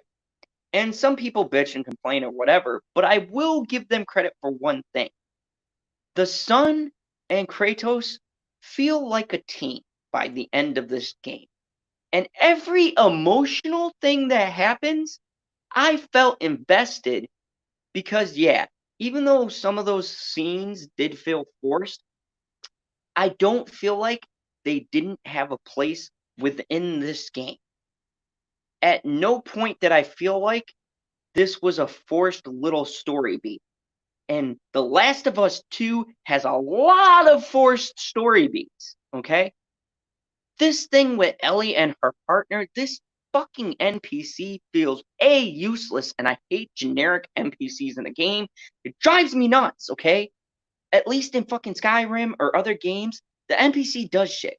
And yes, I know, this NPC in theory does things. No. It's just one of those things. And it feels like a vehicle. It feels like a thing to just be here to have a gay lover. And I don't care if you're a top critic. I'm sorry. I hate to be that YouTube guy. But yeah, in the beginning, when you cut to The Last of Us 2 and it says 4 years later, and that's the narrative that you open with, yeah, we know where this story is going. And when you're playing Abby, there's also some references where she's like, oh, did you tag that girl? And it's like, come on, game. I know. This 2020, here we go. You know, yeah, exactly. Exactly, Stone Cold Jeremy. This character, you can have a gay character, okay? You can have that. Gamers don't have a problem with that. There's been funny gay characters in games forever, okay? Look at Far Cry, all right? I believe it's Far Cry 5 or whatever else. You can't tell me that dude was straight. Sorry. But if he was gay, I'd still say he was the greatest ever, okay? There's a lot of characters in games that have been gay, but you're like, that character's cool as shit because it has personality. There's personality, there's development. This character, and this is a problem, and even the other character, what the fuck is his name? Tom or whatever the fuck, the other guy, their storylines virtually lead nowhere. Nowhere. There is not a point where this character has any reason whatsoever to be. It is a MacGuffin. And this is the problem with the story in general. This is why the story, not exactly the game, the story is like a 2 because it goes from being a decent, okay? Don't get me wrong, I'm not on board with the first 2 hours being terribly bad. It just becomes disjointed and it feels like there's a lot of plot convenience to get you to this fucking horrid ending. And B, there's no fleshed out characters. The background characters in Last of Us 2, you met a lot of people that were, or Last of Us 1, you met a lot of people that were NPCs, but with Ellie and Joel, their stories felt richer because it felt like when I was talking to a character, their shared experience added to what was going on in that particular scene. And I don't know what happened with this second go around, but you've got like fixed characters in this game, but no history. There's nothing that makes me care that they're tied to a character. And Ellie's lover should have a backstory. Like, I should care about them. So when they leave, there is an impact to them leaving. And there's nothing. There's nothing. That other guy, the other guy who's in here, Tom, Ted, whatever the fuck, he pissed me off, okay? I'm sorry if I forget his name.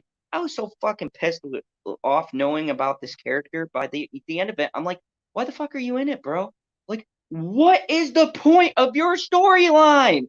It is simply to have that sarcastic person in there, that funny, cool person that we care about, to have nothing. No, nowhere. And I'm even more pissed because I like this character.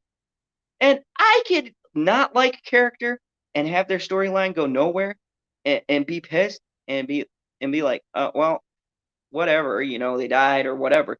But I liked them. I liked this character. And it's like nothing. There's no reason. There's no point. And this is actually the problem with the game. It's not that the story doesn't work in theory on paper, because I get what they're going for, having played the whole thing. I get it, Naughty Dog. I get it. I get it, Derek, whatever the fuck your name is. I get it. I get what you were going for. I get the idea. I get where you wanted to go with this journey. I get how you wanted to pass the torch. But how it was executed was very poorly done. And dude, what the fuck happened to your side characters? Side characters in a game can be just as NPCs can still add to your game, okay?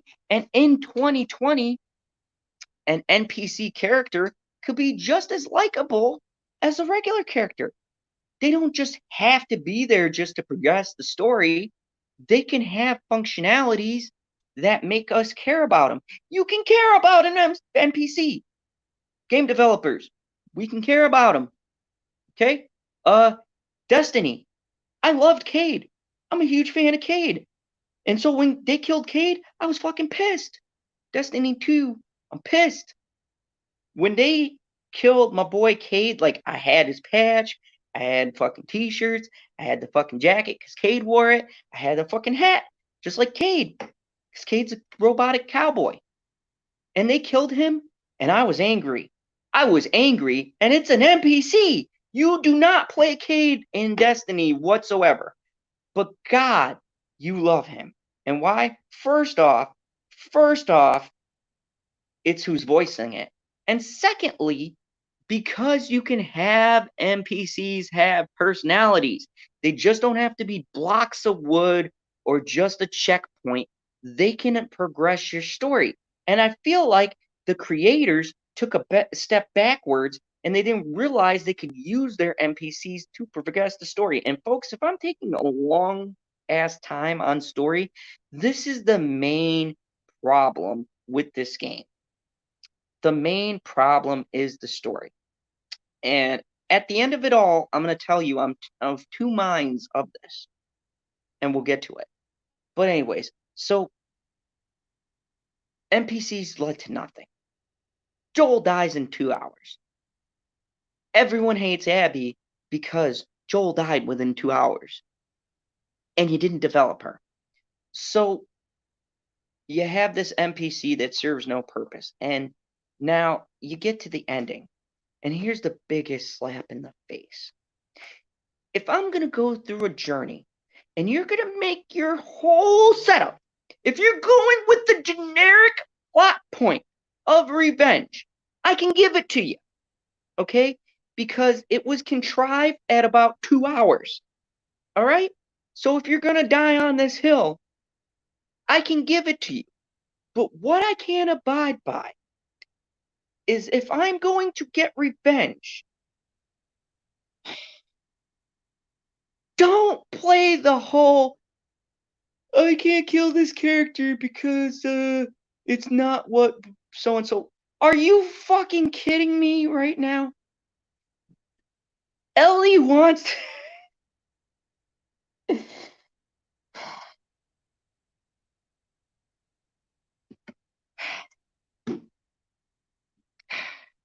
Gotta put my drink down for this. You played the whole. This character wants to be better than what's come before. Okay, I could deal with that. But not after you have a character who brutally mentors your character. That's your whole reason, literally, for you being the Joel was the reason you are alive. Okay? Literally, the whole plot of Last of Us 1, the whole plot of that game hinges on the fact, and I feel like you forgot about this. Sorry, I'm readjusting my screen here. The whole point of the first game hinges on the theory that your bond with Joel is so strong that this man is willing to damn humanity in order to make sure you live.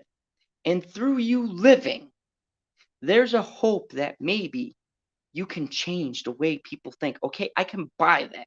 But what I can't buy is a mentor being brutally murdered. This is a guy who sacrificed humanity for you.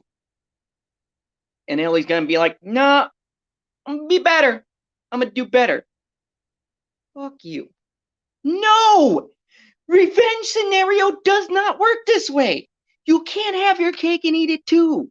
You cannot go for the high road route and do the revenge route at the same time. Unless your villain is as compelling as your hero and you have a justification for saving your villain, which you don't because they don't make a strong justification for saving the villain.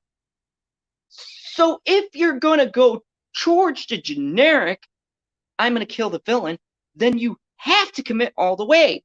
You just have to. You have to kill the villain. They don't get a pass. That's not how this works. Even Modern Warfare knew to do this. You can have the villain live, okay, but they have to die if they do fucked shit. All right? Modern Warfare 3. Dude kills your main character. You best believe that my boy gets revenge at the end of it. And you can say what you want to about Modern Warfare 3, but you can't tell me that you weren't hyped being Price in that fucking suit with that chain gun going through mowing down and then taking old homeboy, hanging him and throwing him off of that fucking belt. Okay? It felt gratifying. But when you get to the end of Last of Us 2 and they take the moral high road with this game, nah, bro. Nah. No, you can't do that. You can't do it. You can't have your cake and eat it too. If you are going to paint yourself in a corner, then you don't need two powerful female characters living by the end of this. You can have Ellie have her revenge. It's female on female violence, guy. It's cool. You can do it. But you can't have a character lose everything, even their generic NPC girlfriend. You can't have them lose everything and then not have the journey not mean anything. It doesn't work that way. It doesn't work that way. You can't have a story built like that because, like it does, halfway through the game, your whole entire story falls apart. Look. I can deal with generic NPCs. I can deal with generic bad guy pissing me off. And all right, I have something to look forward to. I'm gonna fucking kill this bitch. But the final slap in the face for the player, the final fuck you, is that you have to let her go. This invalidates your whole entire game. This invalidates the hero's journey. This is the fucking basis of writing. This is writing 101. You have to have a beginning, middle, declining to end. It's the fundamentals of writing. And I don't know why writers feel like they can just fucking throw this out because they're woke. And this is where I am going to side with the other side here and say that the woke gets in the way. Because here is just what it feels like to me. And this is just my opinion. But it feels like to me that we're going along on this journey that essentially leads nowhere. It leads nowhere. It leads nowhere. Okay? My character loses everything. Okay? Ellie loses everything. And why? Why? What is the point? And look at PewDiePie's video. I feel the same way. This is the thing that burns me. This is what pisses me off. This is what I didn't want to fall into this crowd.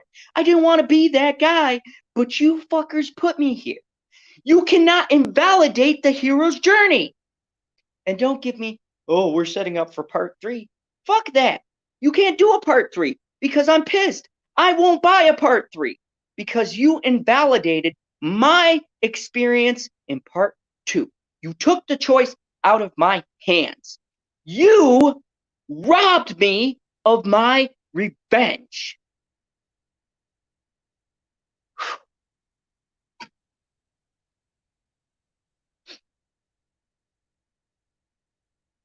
Do I sound angry? Do I sound like I have a point?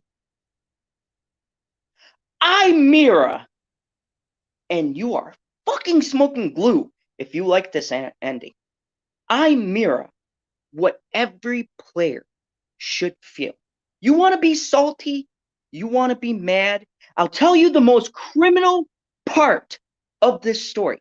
The most criminal part of this story. The biggest slap in the face to me as a player, to me as a gamer, is that you robbed me of my revenge. This is not movies. This is not television. Remember when I said that in the beginning? This is not a fucking comic book. If you put me on this path, if you lure me in thinking that I have a hope of avenging a mentor, a friend, and yeah, I'm going to lose a useless NPC, and I'm going to go through struggles and trials and tribulations, it better be worth it. When I reach the ending, I better have some kind of catharticism, some kind of way to let this out. Because I could say Last of Us 2 is shit. All right? But you know what? Abby wasn't well constructed. The NPCs didn't do anything. But you know what? The end of the game, mwah, I got revenge. Maybe I saw a flashback of Joel. Maybe he said, I'm disappointed. Or maybe he said, good, that a girl. But I felt validated as a player. But you cocksuckers who can sit here and get to the end of this game, you shiltastic fucking douchebags who can get at the end of this game, and you can sit here and tell me that I wasted $60 of my hard-earned money so that this game developer can bend me over this here counter and ram it to me and say, thank you for being a fan, I hate you, you don't get revenge, and you lose your favorite character. Fuck off, is what they said to me. It's what they said to me. And maybe they're claiming that's not what they said to me. Maybe in your shill world, all of you shills, IGN and Gaming Plus and Game Pro and fucking whoever else who's a fucking shill out there, maybe in your world you like a half-baked game where everybody has roses and everything's happy at the ending and girl power, we let the girls go. Fuck you. Fuck you. This is so contrived. This is a slap in the face to the player. This isn't fair. This is not fair to put us through this emotional experience, okay? To put us through this emotional roller coaster, to play with my emotions and not give me a valid reason for feeling how I feel. It's a travesty. It's fucking disgusting. This is the reason I'm drinking Monster. Because I had to go to work and be fucking happy. I had to be happy after that bullshit. You know, people are coming up to me. They're going, Zod, why are you angry, man? Why you throwing pallets? Why are you looking at me salty? Get fucking happy.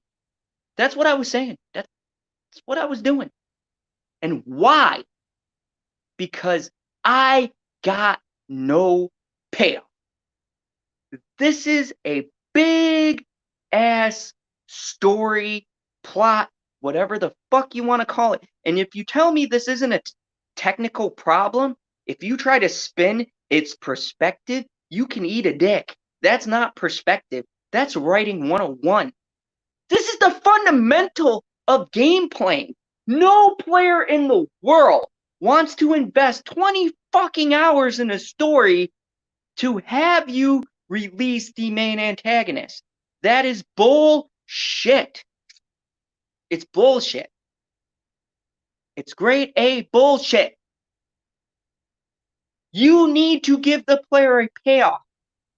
If you are going to give me horse shit in the middle of a game, I'm a fan. I'll stick it out. I'll be unbiased. You want to throw your gay fucking politics in there and you want to throw in your woke points?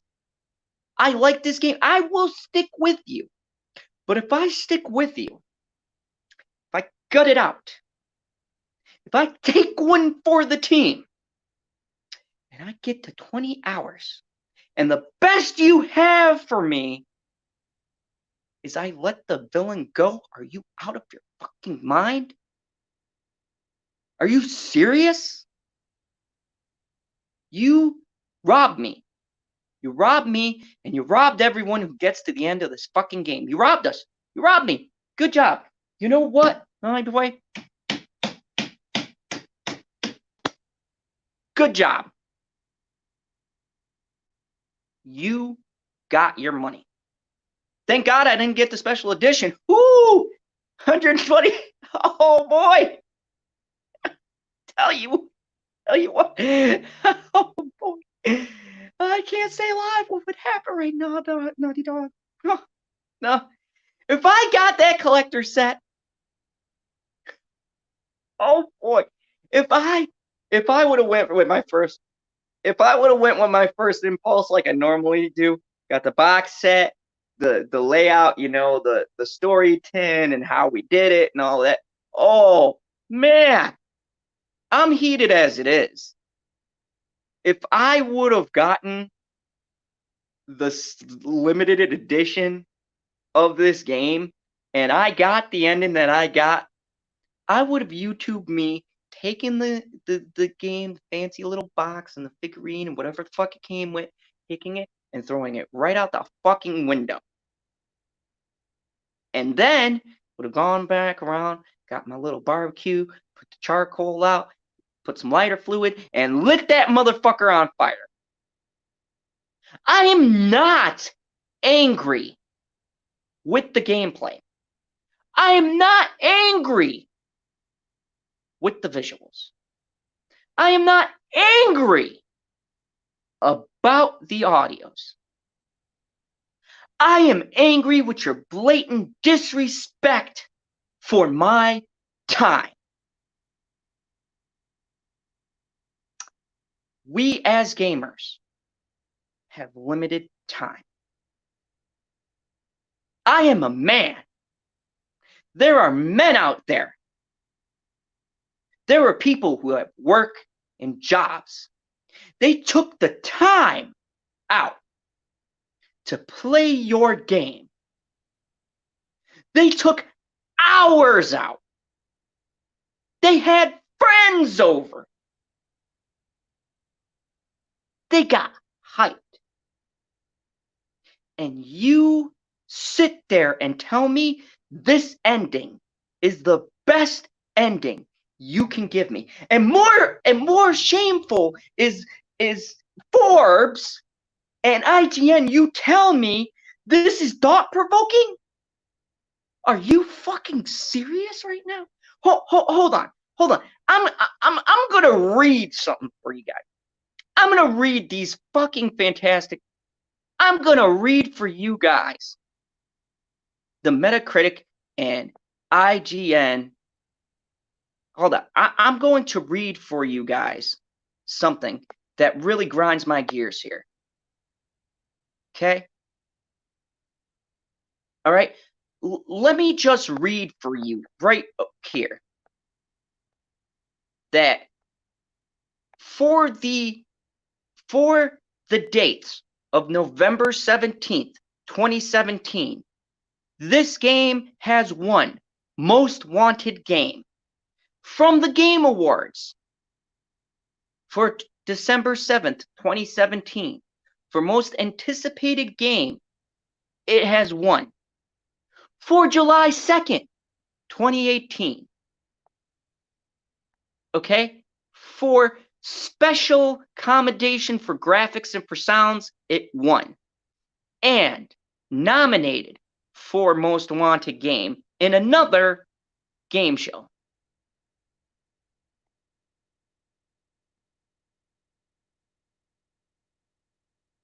What? Let me just ask you something.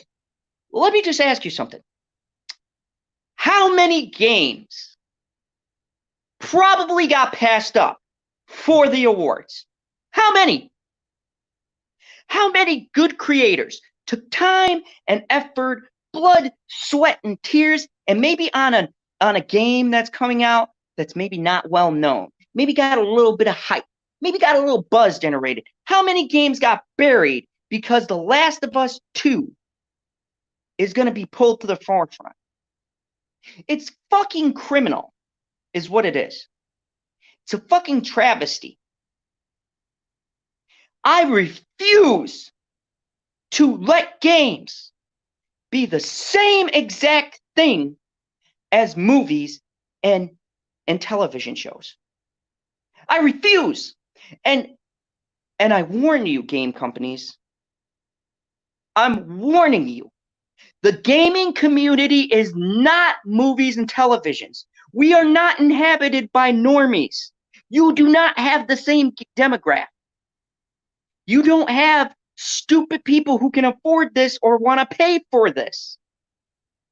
And I dare you to see the returns on this game. Let me just read something from Stone Cold Jeremy here. Because Stone Cold, salute to you, sir, says, I am like you. I'm a blue-collar worker, 60 hours a week. Salute. And my time to play vid games is limited. So I research games before I play. I don't mind spoilers. I just don't want to waste my time. And you know what, Stone Cold? It's sad. It's sad that I have to waste my time so that you don't waste your time on being tricked and hoodwinked. Now look, I'm not going to tell you that it's all doom and gloom. It's enjoyable. It is, to a point. It's enjoyable.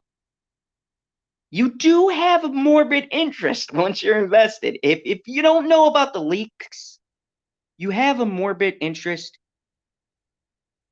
You want to see where the story leads. But the biggest crime The biggest shame of this game is the end result. Video games are not like movies. The gamer needs to have a payoff of some kind. You cannot let your main villain have no repercussions, because you know what I feel like? It's a whammon. You can't do it, because then you play into the notion of what the only conclusion I have to draw. And it's that you want to favor two female characters instead of your story. And you know what?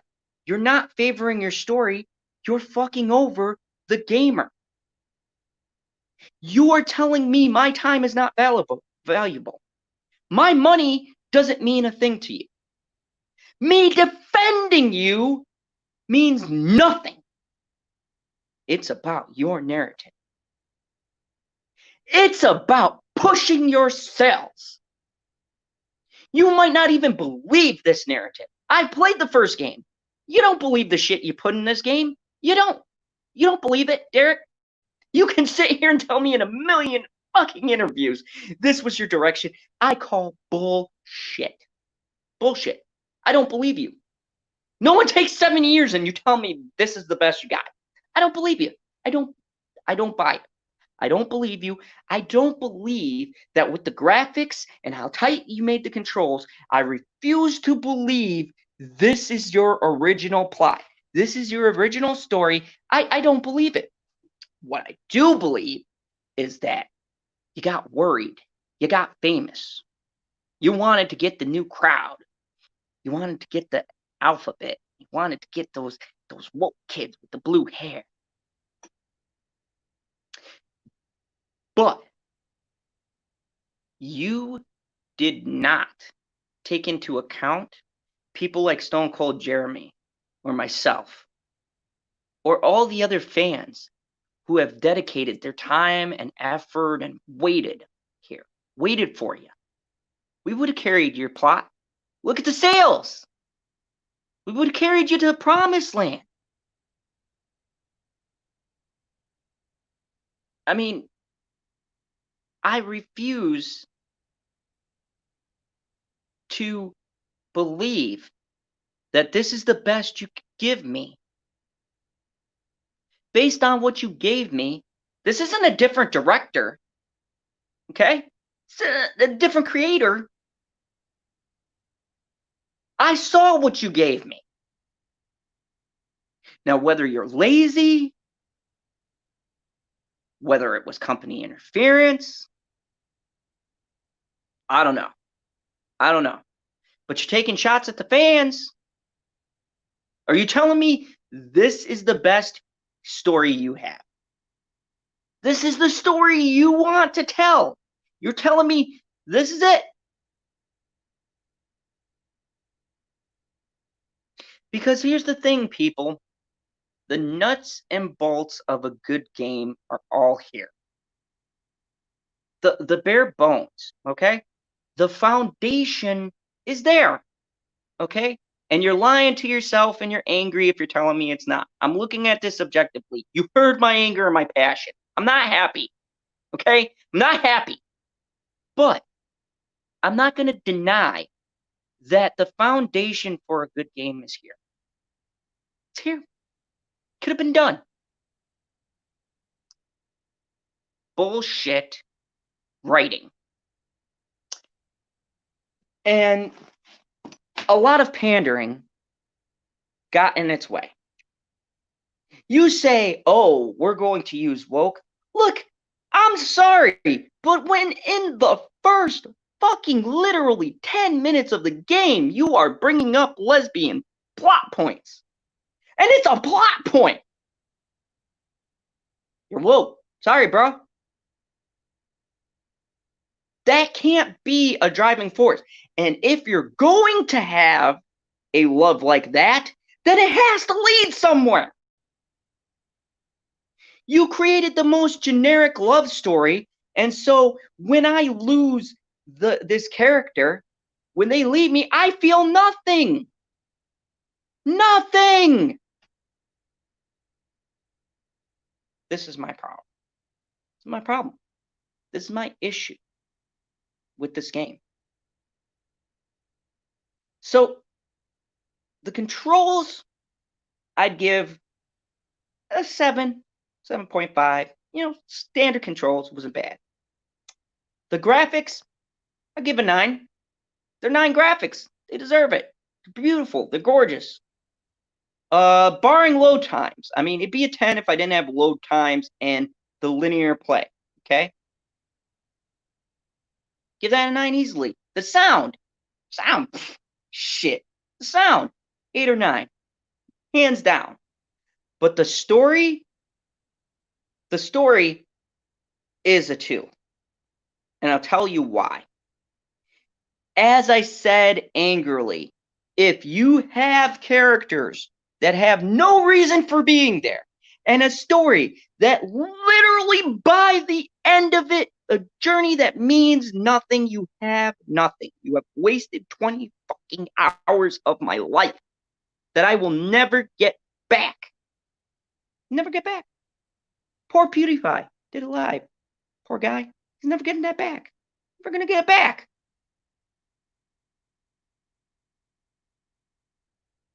If I'm outraged about anything, I am outraged at the fact that I feel the creator fucking punched me in the face. That you can't make an ending like that and sit here and tell me I'm supposed to be happy. Are you fucking kidding me? To make a revenge story with no revenge? No. I believed in you. I believed that despite the flaws in the story, it'll get better.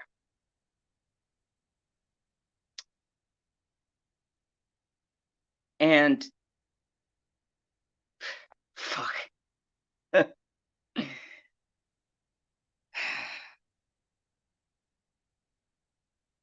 That's the biggest travesty to me.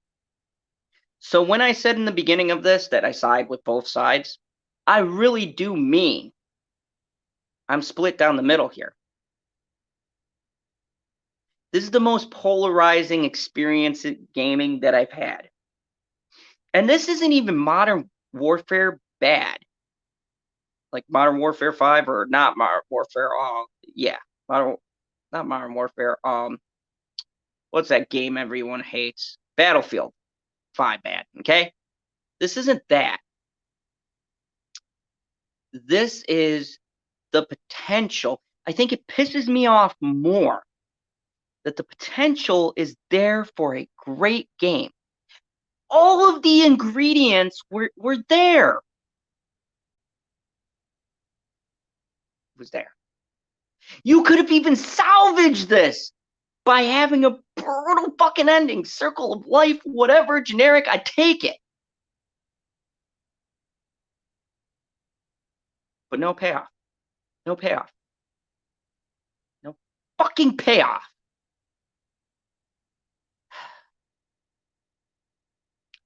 That to me in this is what I feel that's not been brought up. And maybe it's because there's not a lot of people who are maybe streaming it, or maybe I'm late on the train here. I know I'm getting in a weird part of the algorithm here, but I think the part for me as a gamer that really fucking burns me is that there is not a shred of any satisfaction payoff wise. This is like playing Elder Scrolls and having no satisfaction or no completion in certain storylines. Like if I do 40, 50 fucking hours of gameplay, there has to be an ending. And I don't even care if it's a really good ending. You know what I mean? But it's got to make sense. It's got to be conducive. So overall, what do I think? Fuck. at the end of the day, games are subjective. They're highly subjective. But there is technicality to a game. And no matter how much you want to spin it, media, story matters. More so in a game. It matters because if someone dedicates their time and their money for a setup, for a payoff, there's got to be something. And if you're happy with nothing at the end, then you spend your $60. Because all of you fucking critics, you get to play it for free. You don't spend your $60 wasted.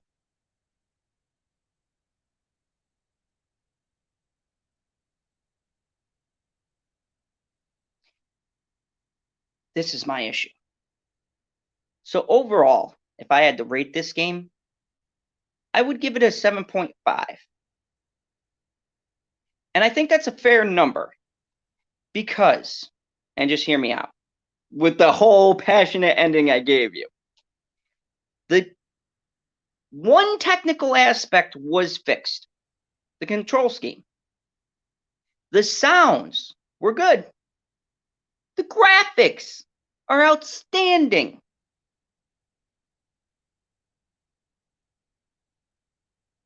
But why this game will never be great, why I put this as average, 7, it's average. In gaming terms, you want to be an 8 or a 9. So I put it about a 7. Maybe even a 6.5 now that I'm really thinking about it. I put it above a 5 because I don't think that this game is a 5 like bad. I don't think it's a 10 either. You're fucking high. This game's not an 8, 9, or 10 by any stretch of the imagination. Not after the bullshit convoluted storyline you gave me. And if you are going to sit here and tell me that stories are purely objective or subjective opinion, then you don't know how to write a fucking story. You cannot tell me that a story is not important in an interactive experience. Are you kidding me? Story is very important. Story has saved shitty games. There's been some terribly controlled games with okay graphics, but people love to play them because of the story. You can save your game by saving your story, and vice versa. You can have a shitty story, but great handling and good to play. People just cut it off at a point, right? You can have the inverse. But it's just a real big slap in the face for me. Real big slap in the face. I think it's disrespectful to the fans. And I think that I land at a 6 or a 7. I'm even going to go 6.9 here. This is why I'm in this middle area. It's in this middle area because if we took out what year this was, let's be real. Okay, all right? Let's say identity politics weren't a thing. Okay, let's throw it out. Say we're in 2012, somewhere in there, right? This game would be middle of the road. It would be, even with the great graphics. And the critics would be calling it a middle of the road. You'd see some 8s, but you'd mostly see 7, 6.9, 6.5, average. That's what you'd see. But because of this cultural war, we are seeing the critics overhyping something that they know they're full of shit. This is not a 10. This ain't a 9. You're a fucking huge fan if you want to go 8. And bro, if it's an 8 to you, good. I wish it could be an 8 for me. But it's just not. It's not. It's not. not with the way I feel they disrespected the player. It's middle of the road. And hey, metal 4 nickel combat or comics. Sorry. I butcher name, Sternozad, but what up? Yeah. I think that, kind of wrapping this up, I think that the biggest tragedy of this game is the fact that at the end of this, by the end of this journey, okay, I like it. I think by the end of this game, the biggest tragedy is the fact that I am robbed of what should be naturally in the storyline. If you go with a revenge thread, you cannot play Peacemaker at the end. You can't do it. Not with killing a character the way you did. Story and structurally, it does not make sense. It takes away from your story. It makes me fucking pissed. It makes me feel like you don't like me as a player. It makes me feel like you want my money, but you don't want to give me a payoff. And that I can't abide by. This game's main issue is not just SJW, and it's not just technical. This is average. Nobody's talking about that. This game isn't completely bad. This game isn't completely good. This game's an average fucking game. That's the problem. And the problem is the writing directly affects why this game is an average game. This game pisses me off because the game has the potential to be as great as the first one. It suffers from sequelitis and politics.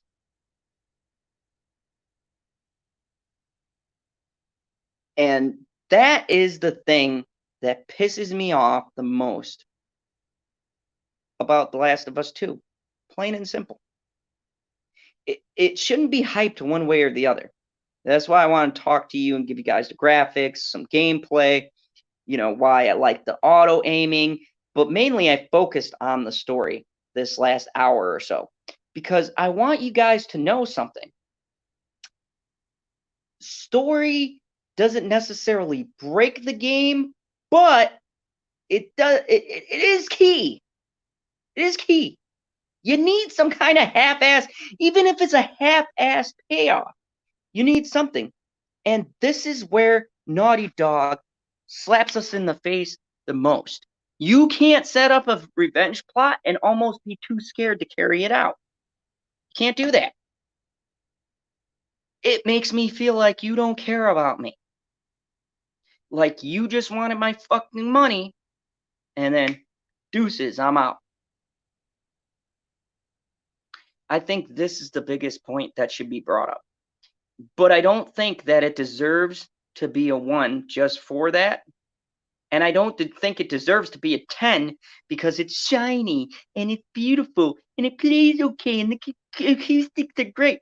Dude, my 4K can make anything sound great. I can play the PlayStation 1 in my surround sound and make the shit sound like it's Adobe 500. I'm at the theater and neighbors are asking, what the fuck are you doing? I can play Final Fantasy VII remastered, the original OG, and make it sound epic. Tweak it around a little bit. And make it clear and smooth and it'll still sound epic.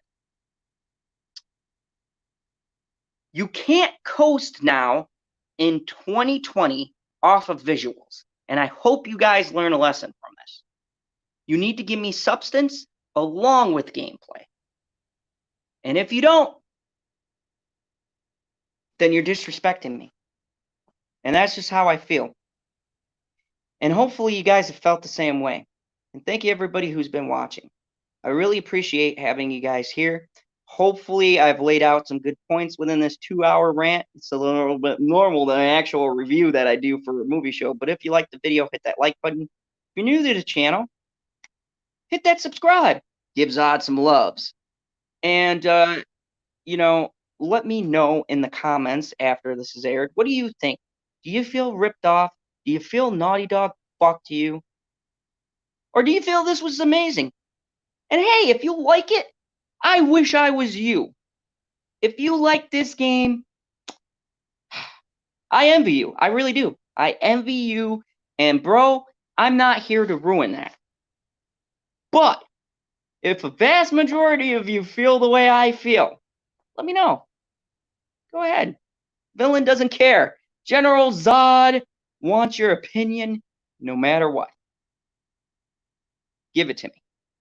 Anyways, this has been another Fandom Zone review. Go ahead and click that like button. I got some late night talks that's going to be coming to you live this Friday at midnight. As always, remember the only rule here in the Fandom Zone: kneel before your General Zod.